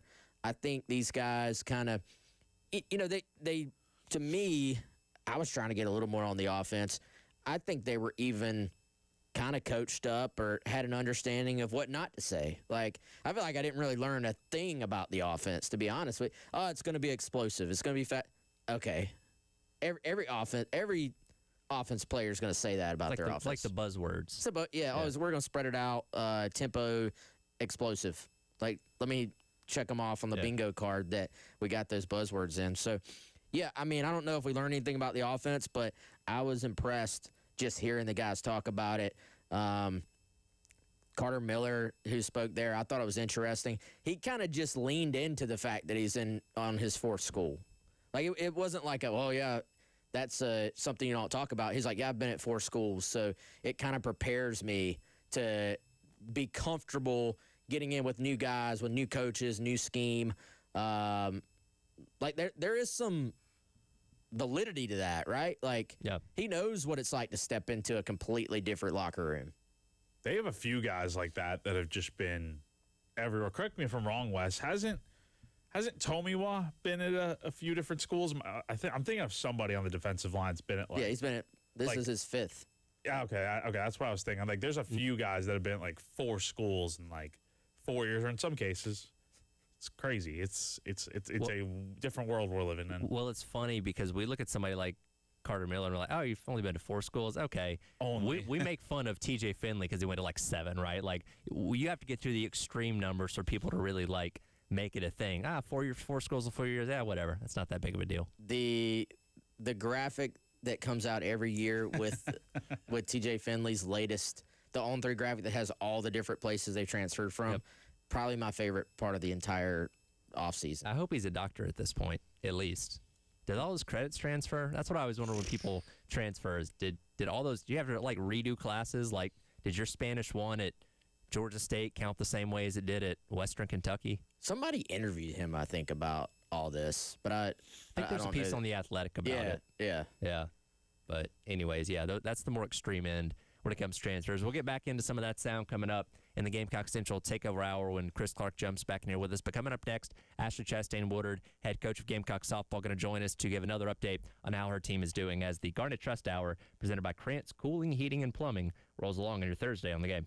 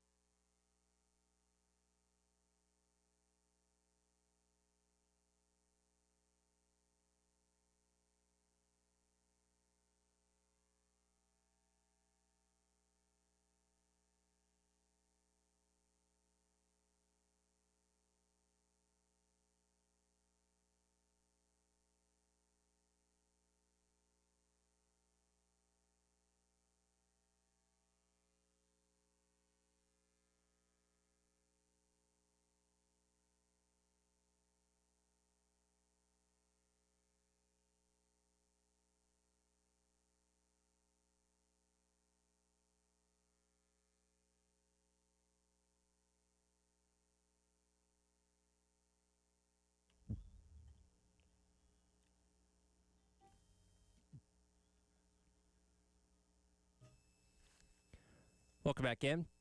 Garner Trust Hour presented by Krantz Cooling, Heating, and Plumbing. Tyler Head, Wes Mitchell, and Jack Veltri along with you here on your Thursday on the game. We head back out to the AAA Heating and Air phone lines and welcome on once again Coach Ashley Chastain-Woodard of Gamecock Softball.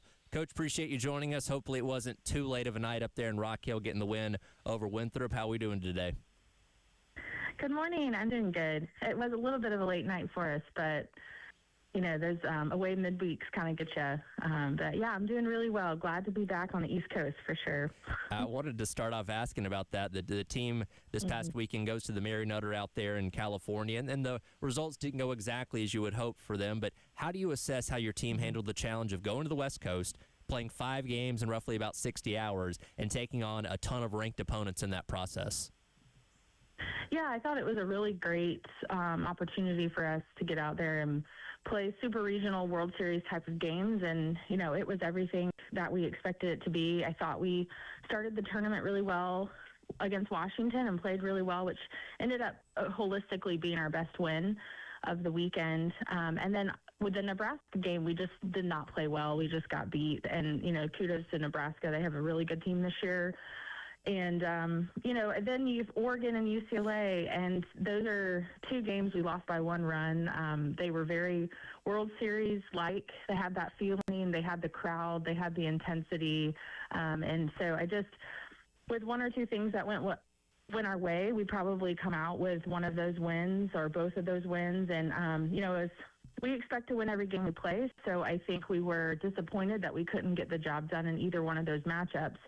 There's a lot of good that came from that, and I like to see the team in pressured moments. I like to see, Tate Davis and Tori Inslee and, all of those guys that are new to the lineup this year that I don't have postseason experience with. I like to see them in those moments, so I was really proud of them, and I do think that Neely Lamb and Emma Friedel and Jory Hurd, all 3 collectively pitched really well in the 5 games that we played. So I walk away disappointed at the record, but knowing that those games are going to pay off for us long term and everything that we learned. And, I have to believe we're going to be in those situations at the end of the year during postseason. So overall, a good trip for us.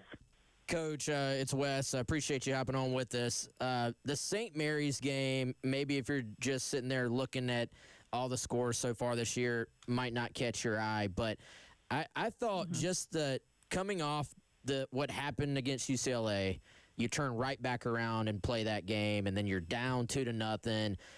It might have been easy to just maybe say, hey, it's not our day, but I got to imagine you were pretty proud, much like you probably were last night being down on the road, against Winthrop. What did maybe those 2 games teach you about this team and kind of being in that position for the first time this year and kind of coming back like they did? Yeah, you're totally right. I mean, we were deja vu blitz at the end of the UCLA game and lost it in the bottom of the 7th. And all of our returning players and returning staff members, I think, experienced the same heartbreak we did in the Super Regional in 2025. So, we had about 20 minutes in between games. So it is a really quick turnaround for us from the last pitch to the first pitch of those 2 games. And I felt like the team was a little bit in a haze to start the game. They were doing their best mentally to move on. And I felt like the start of the St. Mary's game, we were just kind of in a fog. And so I gathered the team up. I think I took a timeout early in the game and just went out there and said, hey, that game's done. It's over. We can reflect and have conversation on that later, whether it be later tonight or tomorrow as we leave California. But we didn't even have time as a team to converse about the UCLA loss because we have 20 minutes in between. So, it's such a quick turnaround. So you're right. I was really proud of them for gutting it out and figuring out a way to win. And I think that showed a lot of resilience and toughness that I had been wanting to see from the team. And coming from behind to win the game, that was our first opportunity to really put that one in the books. And then we did it again last night. I felt like we showed up to Winthrop with a little bit of a lack of intensity to start the game. And we had to really dial up the intensity middle of the game, and then we scored some runs and put ourselves in a position to win the game. So I think we've learned a lot in the last week, and we have a lot of games, this week, a lot of games at home.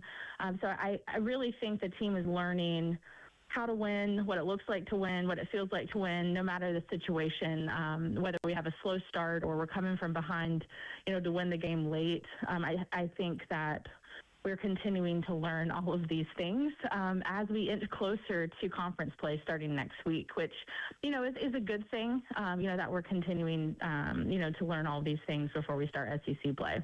Coach, I want to ask you about a couple of your players that maybe just weren't talked about quite as much entering the season, but I think maybe speak a little bit to the depth on this team. Lou Hovermel gets the big home run last night. I know she was in the mix, I think, at third base. You're mixing her in there at DP.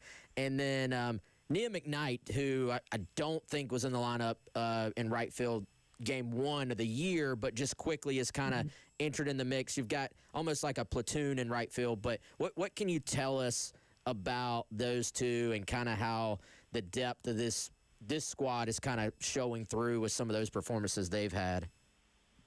Yeah, I'm really glad you brought up Lou. Lou transferred to us from Florida, and she was hurt at Florida. She went a surgery and, just really wasn't healthy and really didn't get to contribute in her time there. So I think for coming here, it was kind of a reset, refresh, hasn't had a ton of experience, but has played the game at a really high level in club ball from California and then seen it played at a really high level at Florida. So I think she's really steady and she has a lot of consistency in the way that she trains. So as a staff, we've kind of had her waiting in the background a little bit. I think she's been waiting her turn, waiting her opportunity, working the same way all the time, training the same way all the time. And as she has gotten healthier, as the year has progressed, we've seen better and better results in her training.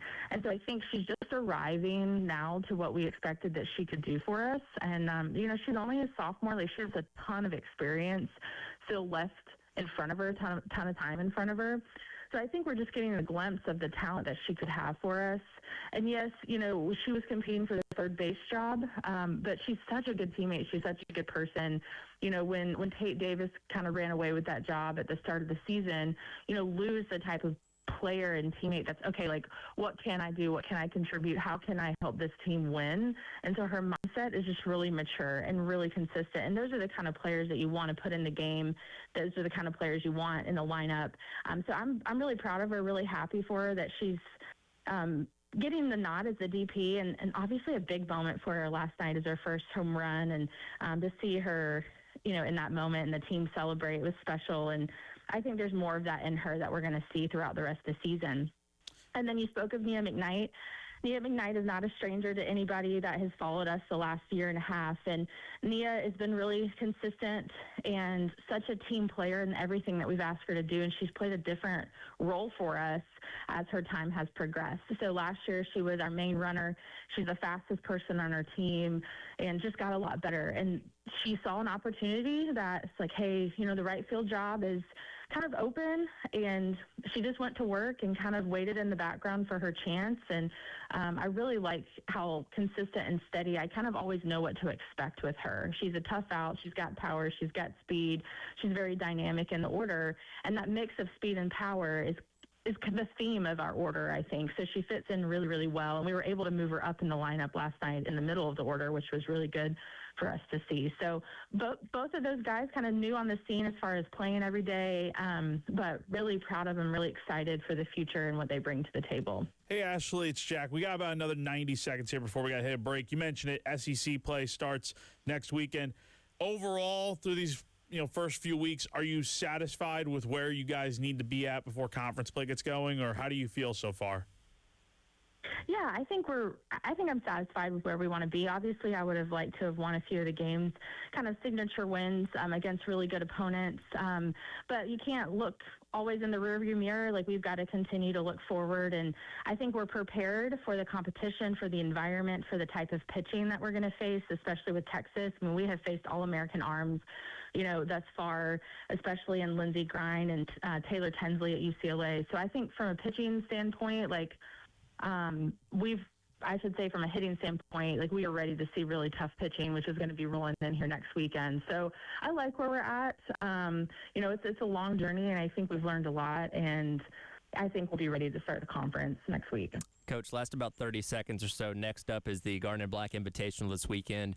Queens coming in, Marist, UAB as well. What's the scouting report on who we're going to see in Columbia this weekend?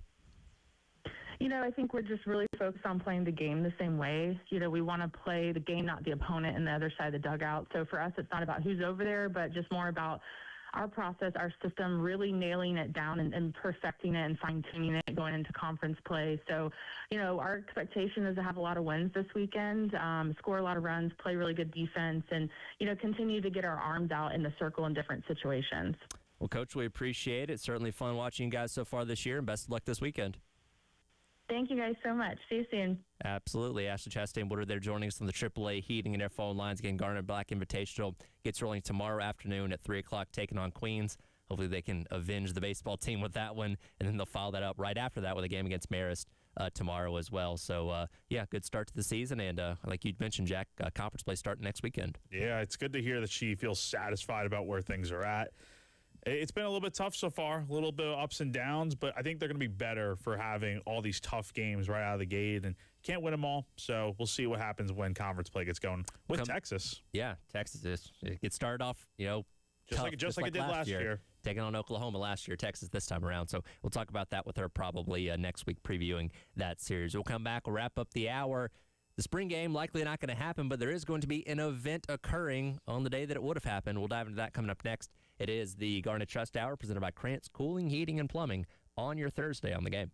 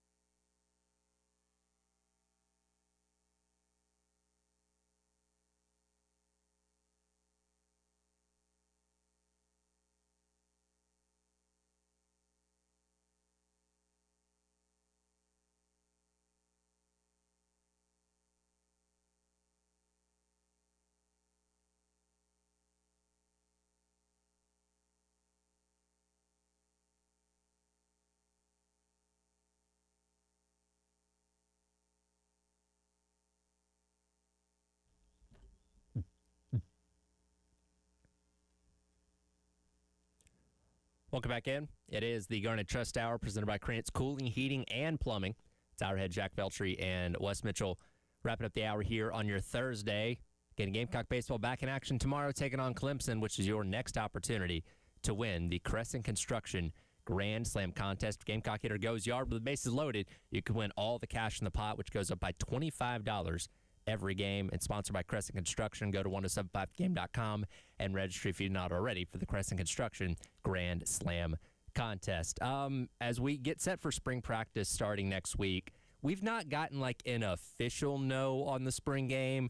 Beamer said it's not likely. Donati basically said it's likely not going to happen, but there's not been like a open and shut no.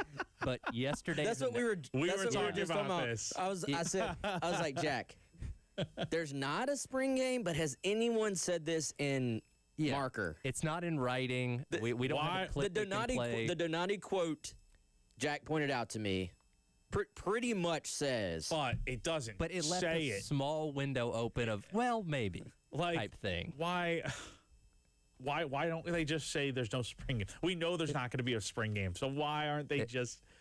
Oh my goodness! I'm 99% sure there won't be one. And yesterday's announcement of Garnet and Black Spring Fest to me pretty much confirms that, because it's April 11th over at CLA and the area around it, which would have pretty much been the day the spring game would be taking place. It's the day of the last practice for the team that morning. So you're going to have the concert with Darius Rucker and Lauren Elena. There's going to be a block party earlier on in the day with inflatables and food and music, and you get to meet and greet players as well. I'm sure we'll get more details on that as it becomes closer. So as we kind of talked about a few weeks ago when the conversations were had about the potential of a spring game or not having one, doing some kind of fan event seemed like the other option, and that seems to be what they're doing here.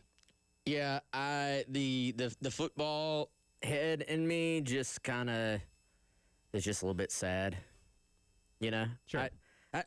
Here's the thing: you're gonna get at most 2 quarters worth of anything, and it's gonna be bland, and it's gonna be, hey, we're not gonna show the Kendall Briles offense, and I get it. You're not getting, even if you have the spring game, you're not getting a ton of actual football, and then the second half you're going, please don't get anybody hurt. Please don't get anybody hurt. I get it, but there's going to be 40 newcomers on this team by the summer. Yeah. A bunch of those guys are already on campus. I like being able to just put eyes on them in that setting. And I know Beamer talked last year about being able to put them in the stadium, put some, TV cameras out there, the fans in the stands, and say, hey, go perform in a little bit different setting than practice with like hardly anybody there. I will miss that part. So I'm personally not happy, but if you couldn't have the thing, I am glad they did this as opposed to just being like, oh, sorry, no spring game. Go, fill your Saturday with something else. Something to keep you connected with the team. The meet and greet aspect, I think, is good. Darius Rucker. I mean, Lauren Elena, I think, is actually a fairly big name, too. Yeah, she's pretty big. So, yeah, that part's cool. Concert will be fun. It's good. It's not as good as football, but it's good. I'm a little bit different on my opinion of the spring game. You hate it. You hate spring games. I used to be a big fan of them. Like I went over the spring game. Yeah, I went to a few of them growing up as a kid when I moved down here, and it was a lot of fun. Like they let you go on the field afterwards and whatnot. It was cool back then. It's not that way now.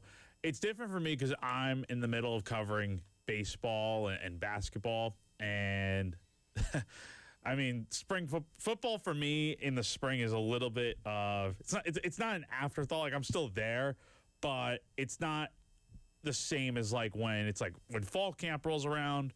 I'm 100% all football by that point. But I'm juggling different things going on. So I covered the spring game last year, and honestly, like Wes said, it's 2 quarters of football, and then after that, it's like it's if anything, the fans are the ones that really lose out in this scenario. Like for the team, they're going to be fine. They're still going to scrimmage in the indoor facility and the practice facility behind closed doors, and they'll probably, I would guess, they'll probably run more of what their offense is going to look like this year since there's no cameras in there, and they're not showing it off to the public. But for the fans, yeah, they definitely lose out because it's like, that would be pretty cool for them to see the team in action. Now, on the other hand, you're going to get to go meet the team during that little fan fest type event, that block party before the concert. And then the other thing is you got to pay for this concert, which is different than last time Darius was here doing this type of thing. It was after the national championship for the women's team when they beat UConn, I think it was. And they did a free he did a free concert with like Nelly and some other dude I can't remember. But so, I mean, dude, it was some random dude. I was at that concert and it was just, I don't know. Nelly was cool. Well, let me ask you this, Jack. Would you rather be here at Garnet and Black Fest or in Columbia, Missouri, covering the baseball team that day? Because that's where they'll be on Saturday, April 11th. I will be at neither. So I have already. I'll have to put it in with you and Terry, but put my little 2-week advance in. But I am going out of town that week. So okay, all right. Yeah. But if I had to pick, Wait, one, you were gonna go out of town for what would have been the spring game? I would have been out of town regardless. I'll talk to you afterwards. He said, "Let the interns cover it." Yes, I would. Yeah, but if I had to pick one, right now I'll pick the spring game 10 times out of 10. I'll do anything to not go to Missouri and cover that series. That the worst stadium in the league. Is that 100%. Just look up a photo of that stadium. It's atrocious, man. It's terrible. It's awful. You're not going to have to attend either one. So there you go. Whatever your fun thing you're going to do, you'll be able to enjoy that. Yeah, just going on a nice little vacation to the beach. Okay, so. Fair enough. We'll get back into baseball, by the way, coming up at the beginning of the next hour. Chris Clark will jump here with us. Also get back in the conversations about transfers and what we learned from the availability yesterday as well. This has been the Garnet Trust Hour presented by Krantz Cooling, Heating, and Plumbing on your Thursday on the Game.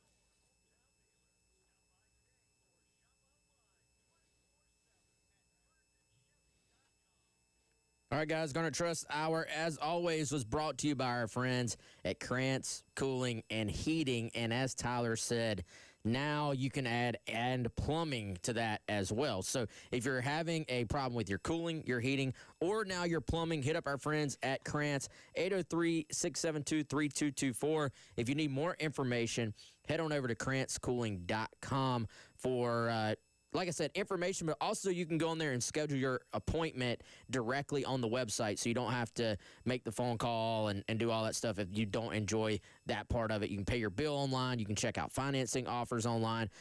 Also, you can sign up for their maintenance plan if you want to go ahead and have that peace of mind to where you're going to be they're going to come check out your unit, make sure you're in a good spot so that you don't have those issues later on. Again, Krantz Cooling, and we're going to be telling you throughout the next few weeks about the plumbing aspect of that as well. KrantzCooling.com.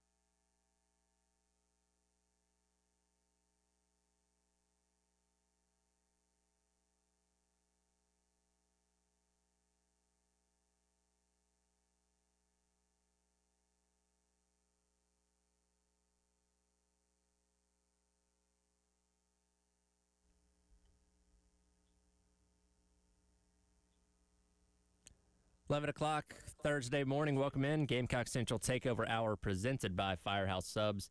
Tyler, Wes, and Chris along with you here on the game. We'll get back into what some of the transfers had to say at their availability yesterday in just a little bit here. But, Chris, as we bring you in, Jack and I gave our thoughts on what happened last night. Wes came in at the beginning of the last hour and offered his as well. So you're the final one here. Your assessment on what happened at Founders Park and the first Power 4 victory, by the way, for the Queens Royals over South Carolina.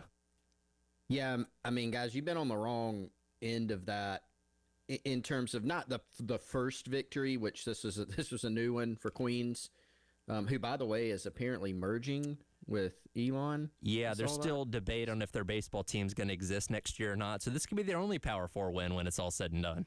Well, go out with a bang, I suppose. So, yeah, I mean, you've got the stat that we ran through last week about Army and how long it's been, since they've accomplished a feat like that. Week one, guys, you're kind of going – we talked about all this. You lose a game to Northern Kentucky where you've got somebody at the plate. You haven't hit very well. You've got a chance to go win the game. You strike out. You don't win the game. You win the series. You lose a game to a non-Power 4 opponent at home. You don't like it. You start thinking about last year, too, like that kind of hangover, that PTSD from last season, and you start, you hear the groans. But also most people, okay, it's one game, wasn't fun, let's see how things go. Well, now you have the loss to Northern Kentucky at home. You have the loss to Army at home, where Army, a team that had not hit very much, kind of lit you up at times. And then you had Queens, of all people, coming in off to a hot start. Once again, like you pulled close at the end, which, I understand anybody who says that shouldn't even be a conversation. You shouldn't be sitting there in the ninth hoping that you can stage a comeback against Queens. There's a lot of different, I think, ways to look at it because, Wes has pointed this out a lot. Last year's team, you start out just fine to begin the season. Like you took care of business early. The non-con games, the midweekers last year, South Carolina generally took care of business in those. It was the rest of the year that didn't go well. And so I think for people this year, there was very much a reset for this baseball program from a roster standpoint. Yes, you've got some guys back, Hollins, Scobie, Lee Croy, a few guys from the pitching staff. But this is a team that invested very, very heavily this offseason from a roster standpoint. And yes, while it's early, you haven't played Clemson, you haven't gotten into SEC play. I think not just having a few losses, but losses to the caliber of opponents, no disrespect to Queens, that you've had, I'll be honest, I get why people are concerned because they're saying, hey, if we've dropped these games to Queens, if we dropped a game to Army, if we dropped a game to Northern Kentucky, what happens when you play Clemson on Friday, Saturday, Sunday? What happens when you go play all these SEC programs? Are you going to be able to withstand and sustain it? There's been some good and bad so far. Those three losses have certainly been in the bad category, and I understand people that are kind of projecting it to the rest of the season, saying, how is the rest of this thing going to go? Because the competition, is only going to get tougher. And you're right. They almost make the comeback last night, scoring 4 runs there in the bottom of the ninth. And, if Craddock doesn't strike out, he gets on base, and Evans drives him in with the home run, and then win the game 10-9, or a couple of those long balls that ended up dying at the warning track end up going out and become home runs, and you still win the game by 1 run while allowing 9. How much differently are we talking about this? How much differently are we feeling today, or is it kind of the same feel just with the record having 1 more win and 1 less loss? I mean, guys, I'll step in. I think it's probably a similar feel, but here's the thing: if you turn around, well, it's a similar feel, but the loss matters, right? Like I think people are ticked off, but you won the game, man. It's a lot easier to dismiss that hey, you were in a bad spot. If anything, you'd say, well, they were down by 6 or 7 and they came back. There's something to be said for that. Instead, you truly lost the game. It's gonna, if for whatever reason this team does steadily improve and show something in SEC play. It's such a long year that typically 1 loss in baseball does not like hurt you that bad from a resume standpoint, but you've kind of already gotten behind in terms of what you want your out of conference record to be, right? So if for whatever reason this becomes a team that we're talking about a resume, are they a postseason team? Should they make it in? I feel like this is kind of one of these games, or if you just look at those 3 losses and combine them, it could actually haunt you moving forward. So if you win the game, the numbers, the resume searchers, that nobody cares how you got there. Nobody cares if it was ugly, if you had to come back. Nobody even remembers that. The committee members probably didn't even touch that game. They just, oh, yeah, they beat Queens by 1. But with that L sitting there, it stains your resume to the very end. Frankly, I hope we're at a point at the end of the year we're having a conversation about a resume. Last year we weren't. So, I in a weird way, I hope we're talking about this game at the end of the year because it means the team is on the cusp of making the tournament. Well, Coach Maneri after the game was asked, as you would expect, how this team is expected to regroup after a loss like that as they turn their attention to Clemson this upcoming weekend. Yeah, well, you play 56 of them, so, you try to teach them right from the start that each day is a new day, regardless of what happened the day before. And we'll get together with them tomorrow at 2 o'clock and get ready for the weekend series. And, we're just going to have to play better, that's for sure. And look, baseball's a funny game. Again, you look at the SEC alone this week, there have been a ton of upsets in the midweek. LSU, Arkansas, Georgia lost last night. Go nationally, UCLA, Georgia Tech. There have been a lot of really good teams that have gotten beat by lower-end opponents, in the midweeks just this week alone. Now, a lot of those teams already have, a lot more of an impressive start of the year to fall back on by saying that's more of an anomaly. But for Carolina, now you get your toughest test so far and one that's going to equal up to what you're going to see in your 30 games in SEC play. And the season isn't actually legitimately over at the end of this weekend, but for the vibe of the fan base alone, what you do in the next 3 days starting tomorrow against Clemson really sets the tone on if people are going to be invested in you or not for the next 2 to 3 months.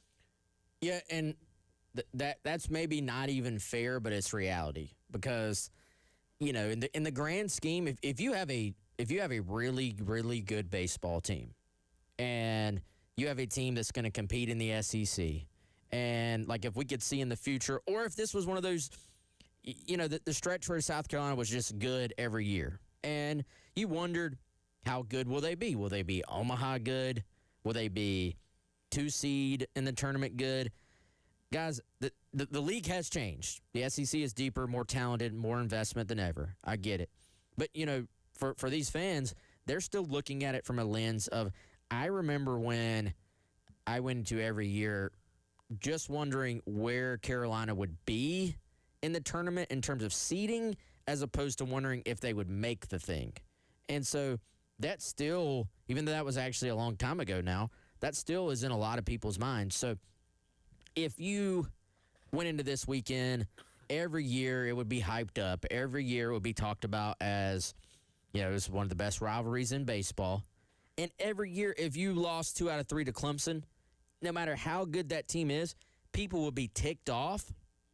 But I don't think it would kill the hope for that year's squad. You know what I'm saying? And not a soul cares anymore in 2010 that South Carolina lost to Clemson 2 out of 3 games in the regular season. Carolina won the national title that year, for one, and 2, they avenged those losses in Omaha. So those teams, yeah, it mattered, but I don't think it was like soul crushing. Because I feel like we're on, unfortunately, and I really hate that this is the case, but I truly think it's a fact for a lot of people. There's a difference between being ticked off, which you actually want your fan base to be ticked off if it's not going well. I would take that every single day, boys, if I'm the University of South Carolina, if I'm the athletic department, over people just checking out and just having no hope and saying, I don't know if I can watch this baseball team this year. Yeah, you don't want to be on the road of apathy. Like, you do not want that for so many reasons, and that can, I mean, revenue is one of them, right? But you want your fan base to be engaged. And you're right, man. The league has changed a lot. Maneri actually talked about that last year, how he kind of, and I'm paraphrasing, maybe not miscalculated is the wrong word, but just you come in and go, wow, like everybody is better, with maybe an exception or two, like Missouri was like horrendous, but everybody is bigger, stronger, faster. The game has changed and gone even more like power pitching, even more, power arms. And, that's one of the reasons that we saw such a hard reset, bringing in guys who have hit at past spots and have a resume, and bringing in pitchers who, the resumes in terms of the numbers are maybe mixed, but they brought in a bunch of guys like a lot more, frankly, just harder throwers on this roster. And so I think a lot of people took a wait and see approach, which you honestly, you probably still need to do that at least until this weekend.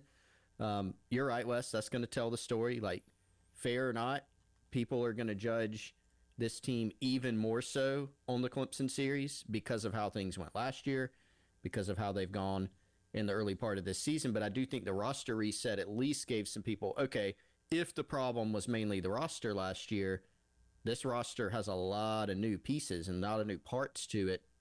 So far, generally, in a general sense, the fans have not gotten what they wanted. So, it has to be said, just to be fair, this is not the end of the season. They have not started SEC play. They haven't played Clemson, and that's going to tell the story. It is totally fine, fair, understandable to be disappointed, disenchanted, disheartened, and maybe pessimistic, based on some of the things you've seen so far. But this weekend's going to be a big storyteller, I think, for the whole rest of the year. Yeah, vitally important. We'll get into the specifics of the series and the rivalry a little bit more coming up tomorrow. But game number 1 over at Founders is going to be at 7 o'clock. Pregame coverage starting at 6:45. Here on the game, Saturday at Segra for the neutral site game. You can join myself and Elijah Campbell from 1 until 2:30. Going to be hanging out there in front of Segra doing our own pregame show, and then coverage of the game itself will begin at 2:45 on our sister station, 98.5 WOMG, and then they should be back here on 107.5 The Game for Sunday's third game up there at Doug Kinsmore Stadium. So again, we'll get more into the series and the rivalry itself coming up tomorrow. But yesterday, the transfers for football, or at least a lot of them, spoke over at the football facility. We'll get into what some of them had to say. Coming up next is the Gamecock Central Takeover Hour presented by Firehouse Subs. Rolls along on your Thursday on the game.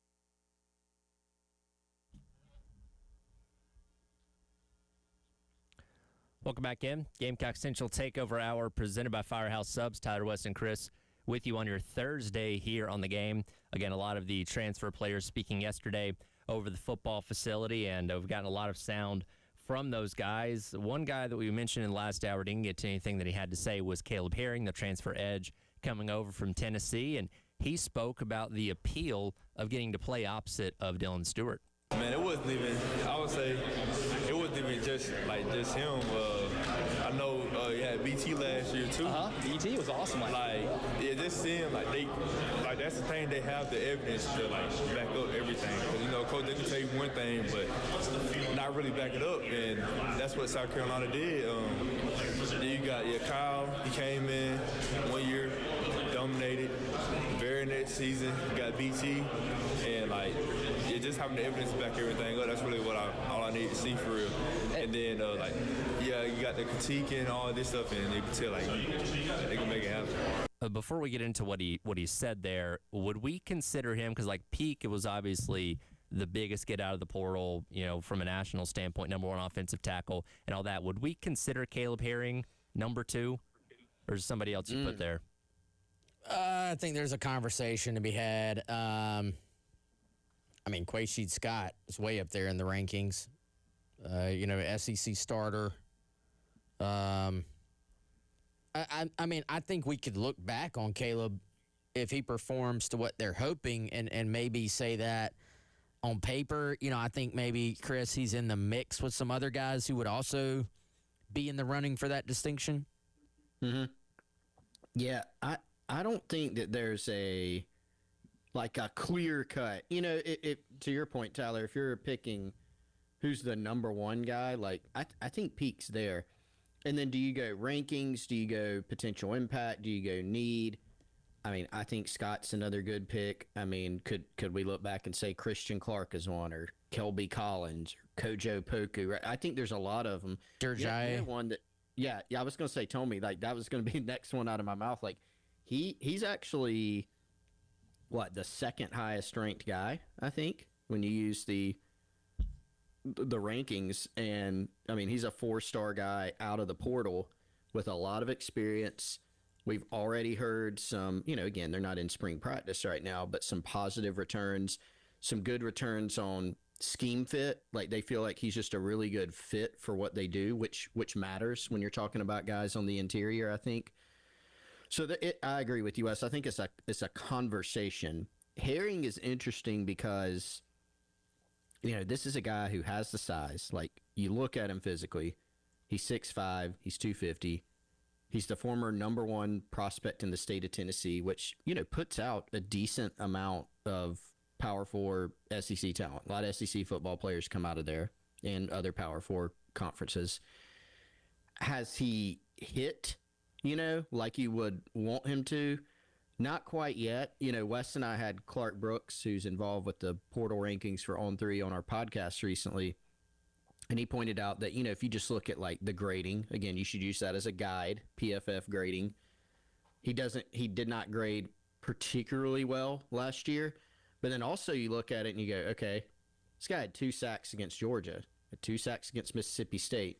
You turn on the tape and you go, wow, this is a big kid with a really good first step who really flashes on tape. So you don't have to squint too hard to envision, hey, could you see this guy coming into a new situation, a new scheme, older, more experienced? Could you see him taking off? Yeah, we've seen that movie plenty of times before. Demetrius Knight was a good football player before he got to South Carolina, but he was not Demetrius Knight as a senior at South Carolina, 2nd-round pick. Kyle Kennard, was a guy that at Georgia Tech was a very solid player, had 4 sacks in a game at one point at Georgia Tech. He was not the Kyle Kennard who ended up winning the Nagurski, right? And I'm not putting that on Herring. I'm not saying, hey, expect this guy to be an NFL draft pick and all SEC type guy at the end of the year. But does he have that type of ability in there?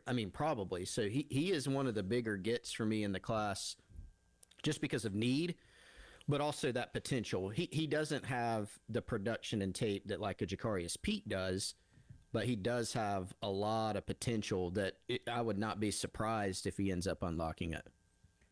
I have, I think, a little bit of an answer on why he maybe hasn't been as productive to this point in his career. And, I mean, for one, he was playing behind some, like, really good players there at Tennessee early in his career. But, you know, guys, I like when players are just, like, completely and entirely themselves and, like, honest about a situation. And, you know, Herring just brings it up to me when I was talking to him yesterday. He said basically his goal for his time at South Carolina so far, his goal for the spring, his goal for the entire offseason is I want to show up with the right mindset to get better, like, every single day. And basically, like, kind of said my freshman year, my sophomore year, I didn't really realize what you have to put in on a day-to-day basis in order to be successful. And, you know, his most productive year was last season as a junior. And he said, you know, I made these changes. I came in with the proper mindset most of the time last year and started to see some success. So for him, he has looked at, hey, South Carolina helped Kyle Kennard, South Carolina helped BT have these big years in their final seasons of eligibility. You know, he even said, like, hey, Deion Barnes, obviously Barnes wasn't connected with those guys, but Barnes, he said, is a no-nonsense coach.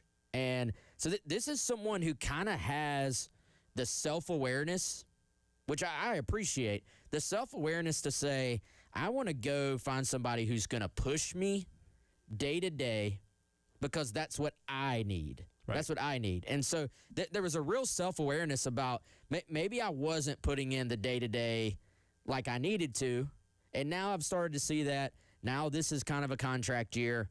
Let me do everything I can every time I step in this building to have the right mindset. And, Chris, I think it's interesting the way we talk about a guy like Caleb Herring because you do have Dylan Stewart already here, and we know he's going to garner the most attention. We know he's going to be a likely high draft pick coming up in next year's NFL draft. So Herring's coming in to, as he mentioned there, occupy that Kennard role, occupy that Brian Thomas Jr. role. When everybody's paying attention and putting their resources to that side of the line, you're going to be able to reap the rewards by not having as much of a path to get to the quarterback, affect the game that way, and all that kind of stuff. So we look at him, not that we refer to it this way as 1 and 2 at edge spot, but kind of like the 2, right? Like you got your star on one side. Can you be the other guy that while Stewart may not go out there and get as many sacks, you know, you kind of make up for that because he's garnered the intention, allowing you to kind of run free a little bit more on the other side. Yeah, and it goes back, like if you look just at defense as a whole, the whole rush and cover thing, you know, think about the 2023 season for South Carolina where until the back half they had some struggles defensively. You know, and a lot of people would point at the secondary, right? Well, they weren't getting much pass rush, you know, early in that year until they made some tweaks that helped them improve on that. Everything works together. And so you look at that just up front. Guys, that 2024 season, you not only had Dylan Stewart out there doing Dylan Stewart things as a true freshman, but you had Kennard. Those guys both played off of each other. You know, it helped that, yes, sometimes Stewart's going to draw a double, and that leaves Kyle Kennard singled with a tackle, and it's curtains for that tackle, or vice versa. You have to game plan around that. They also had some really good pass rushers on the interior. You had Boogie, you had Tonka Hemingway, who's a really good pass rusher from the interior. You had TJ Sanders, who ended up being a high NFL draft pick and was dominant at times. Like, it's not, you know, the more good players that you have, the better. It kind of reminds me, guys, remember that one year Shane Beamer earlier in his tenure had the quote when he asked what Georgia was doing defensively to stop them, and he's like, they've got like 85 stars, right? I mean, that is when you have talent up front, it all works together and it all helps. So, you know, yeah, Dylan Stewart's going to draw a ton of attention. That can help Caleb Herring, but if you're Caleb Herring and you can go out there and, you know, win your one-on-ones and be a factor and be someone that, you know, offensive coordinators have to game plan around and think about, that's only going to help Dylan Stewart, and, you know, the rising tide, you know, lifts all ships type of thing. We'll get into more of what transfers had to say yesterday coming up next as we continue on with Gamecock Central Takeover Hour presented by Firehouse Subs here on the game.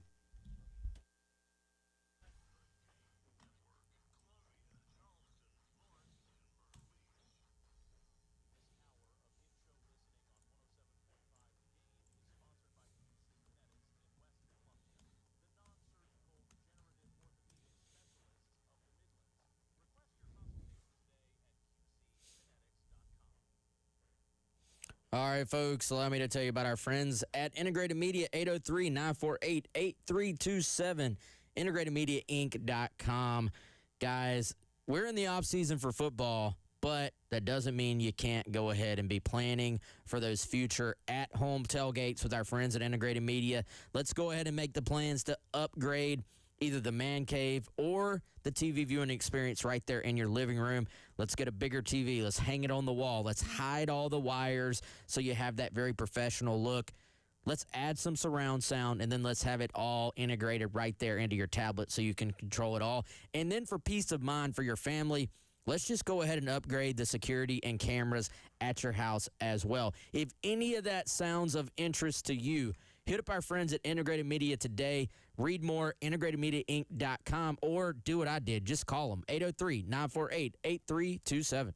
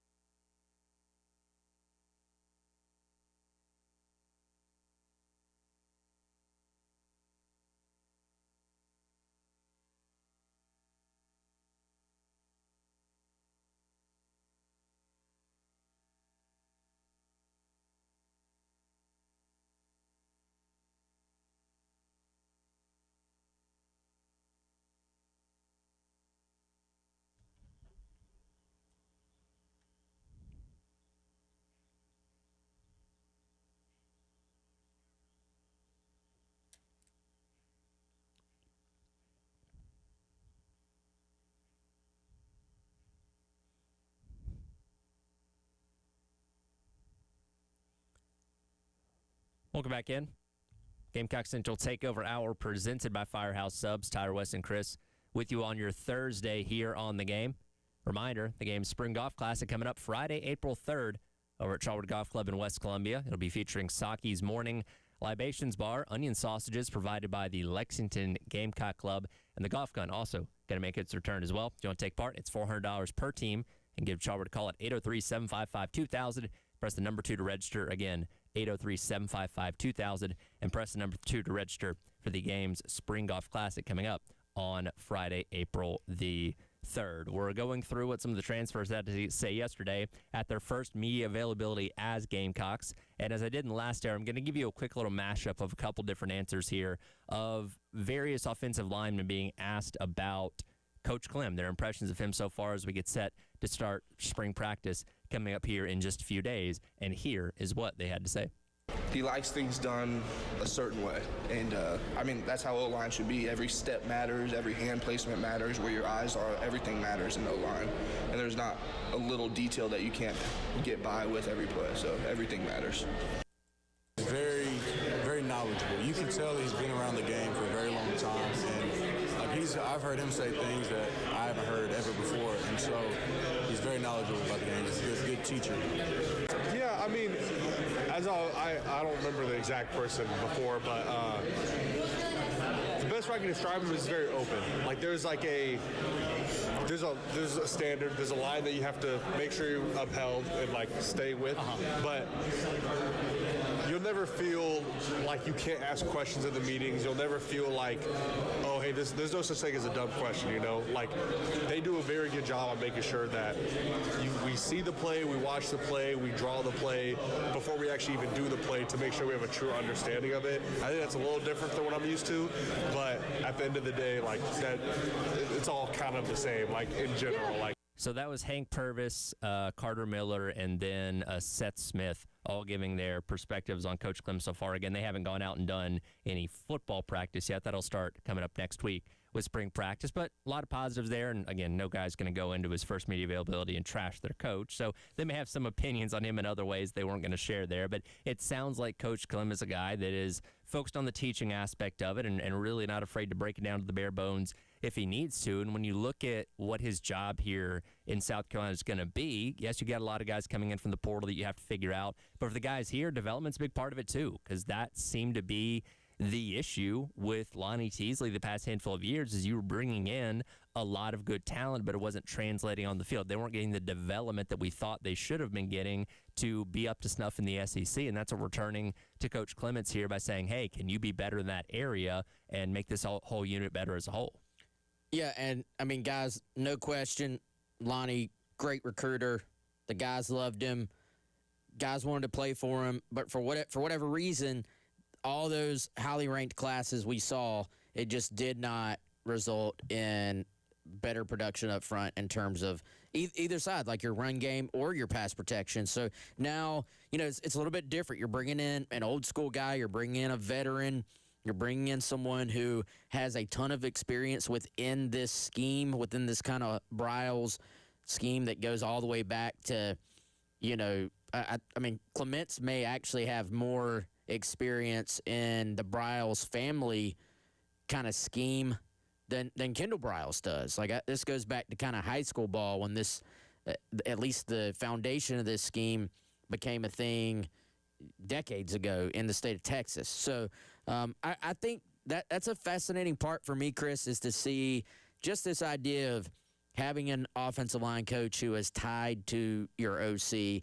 Does it make a difference? Does it help you kind of make progress? And frankly, can you just rebuild an entire O-line room in one offseason?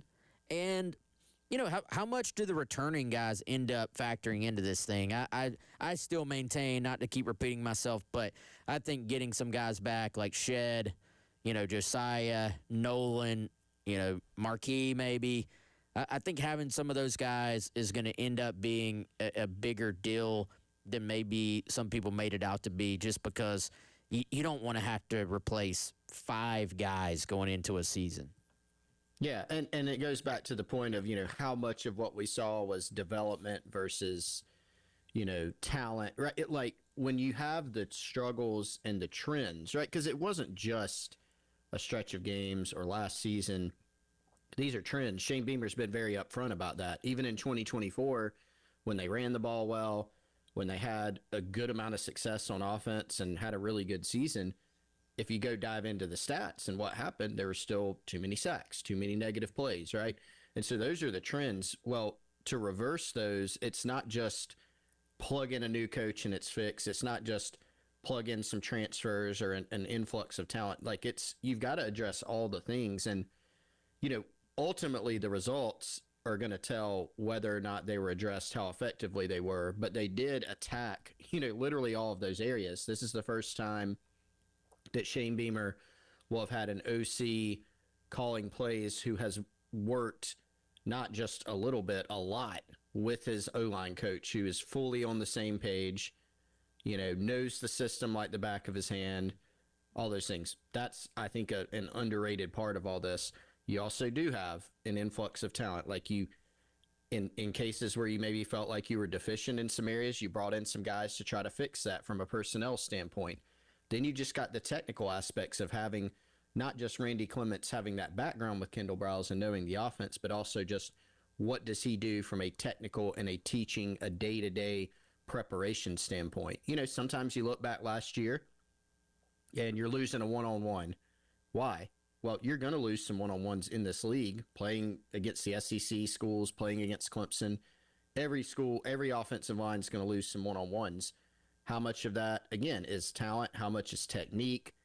I thought it was very interesting. Just, again, a lot of it is media stuff, right? But just how many players were talking about just getting into the details. South Carolina, when you watch them play the past few years, sometimes it seemed like the details kind of went by the wayside. Shane Beamer talked about that with us recently, Wes, in terms of special teams, but you can certainly apply it to the offensive side of the ball and to O-line play. And I'd be interested to know, and I don't know when the next time we're going to hear from Coach Clements is has he ever been in a situation like this where he comes to a new school and there's this much turnover at one position group? Because he's bounced around to a couple of different places in the past handful of years, was apart from Kendall Browse for his time at North Carolina and all that stuff, but has he ever encountered a situation where it's this many new guys, new to the school, new to the team, all coming in this room at once with very few returners like South Carolina is dealing with? And how does he go about that? Now, again, he's a veteran. He's been doing this for basically 2 decades, a little over 2 decades at this point. So you trust him to be able to adapt, but that is a tough situation that he's going to have to deal with. And again, what we assumed was going to be one of his best offensive linemen in Jacarius Peak not being available for basically the entire offseason, trying to figure out what the combinations are and making sure you have that spot ready for him when he's ready to come back too. So he's got his work cut out for him over the next 6 or so months. I think this is where having a veteran, kind of a little bit old school seeming, type guy, maybe works in your favor. Like doesn't, and he's still new, very new to us, right? Like we're still learning. I think about just who he is as a person, coach, kind of his approach, if that makes sense. But I think having an old school guy who maybe is not a excuse maker. Like, some coaches, especially if you're young, you may be like, well, man, we given up this many sacks here and, and we got to replace all these guys. And now arguably the best players hurt. That doesn't do anybody any good. So I think if you have a guy who hopefully has that old school mindset of just got to figure it out. A lot of the guys did, especially Carter Miller, kind of talked about the standard. Like, hey, there is a standard here, and we expect that standard to be lived up to on a day-to-day basis. And, I think that matters. Like the mindset of feeling sorry for yourself versus just we're powering through does matter. We'll come back. We'll wrap up the hour. Women's basketball in action tonight for senior night. And we got some very good news in reference to 2 players that weren't available this season. We'll come back and hit that as we continue on with the Gamecock Central Takeover Hour presented by Firehouse Subs here on the game.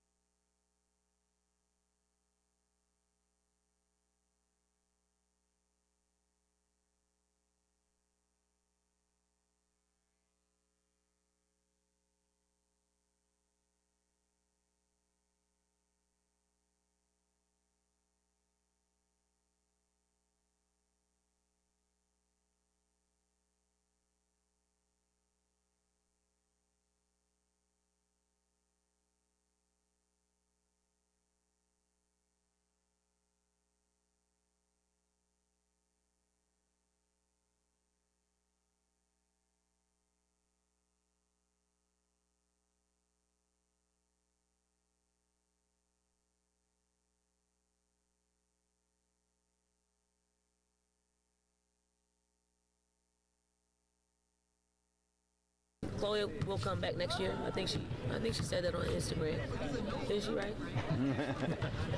Well, as far as I know, transfer portal isn't open right now. So. And Dawn, with that, I mean, have you heard any indication from Ashlyn, or are you still kind of giving her space? I mean, Ashlyn took the year off, so she'll come back when the year's up. That's sometime in May. Welcome back in. It is the Gamecock Central Takeover Hour presented by Firehouse Subs. Tyler, West, and Chris wrapping up the hour here on your Thursday on the game. Dawn Staley yesterday at her media availability talking about two players we hadn't really had to talk about a lot this year in Chloe Kitts and Ashlyn Watkins and their prospects for returning next year. And I think that speaks volumes to how well this team has adapted to not having them and being in the position they are, as they've obviously claimed another at least share now of the SEC regular season title. They will lock it up by themselves tonight if they can beat Missouri over at Colonial Life Arena. Tip-off at 8 o'clock, 7:30 pregame right here on 107.5 The Game. And it's also senior night, which is why that question was being asked, because Chloe Kitts did not appear on the senior night roll, so she will not be walking tonight, as is expected that she will return coming back next year. You know, Dawn Staley's recruiting is a little bit like the situation Chris referenced earlier with Beamer talking about all the 5 stars on the Georgia defense in year one.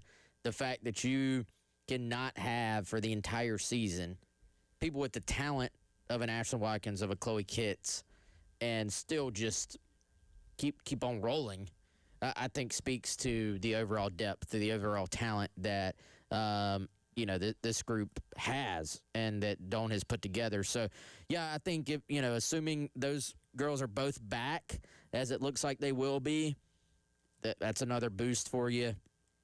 We'll see if Okot gets the extra year or not. I think that's kind of up in the air, and we'll see what happens there. But it's always good to go into an off season, just kind of being like, all right, this is, at least you can pencil in what you think a position's going to look like, and not have to be like, oh, well, fill this spot with the portal, fill that spot with the portal. I'm sure they will go searching into the portal and see who is available, because you're always looking to get better.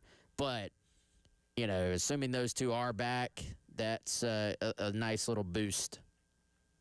Yeah, I mean, you made a great point, Wes. That has gotten so lost. You can think back a while when we found out, okay, you're not going to have Ashlyn Watkins. Okay, now you're not going to have Chloe Kitts, or whatever order they actually happened in. And you're going, wow, like those two were such key pieces to what you thought this team was going to be. I mean, you did what you did last year. You almost come as close as you can possibly come to winning a national title without doing it. And then you feel great about what you have coming back and the pieces that you're adding. And then you lose those two and go, man, that's two players who play down low for you. They have unique skill sets.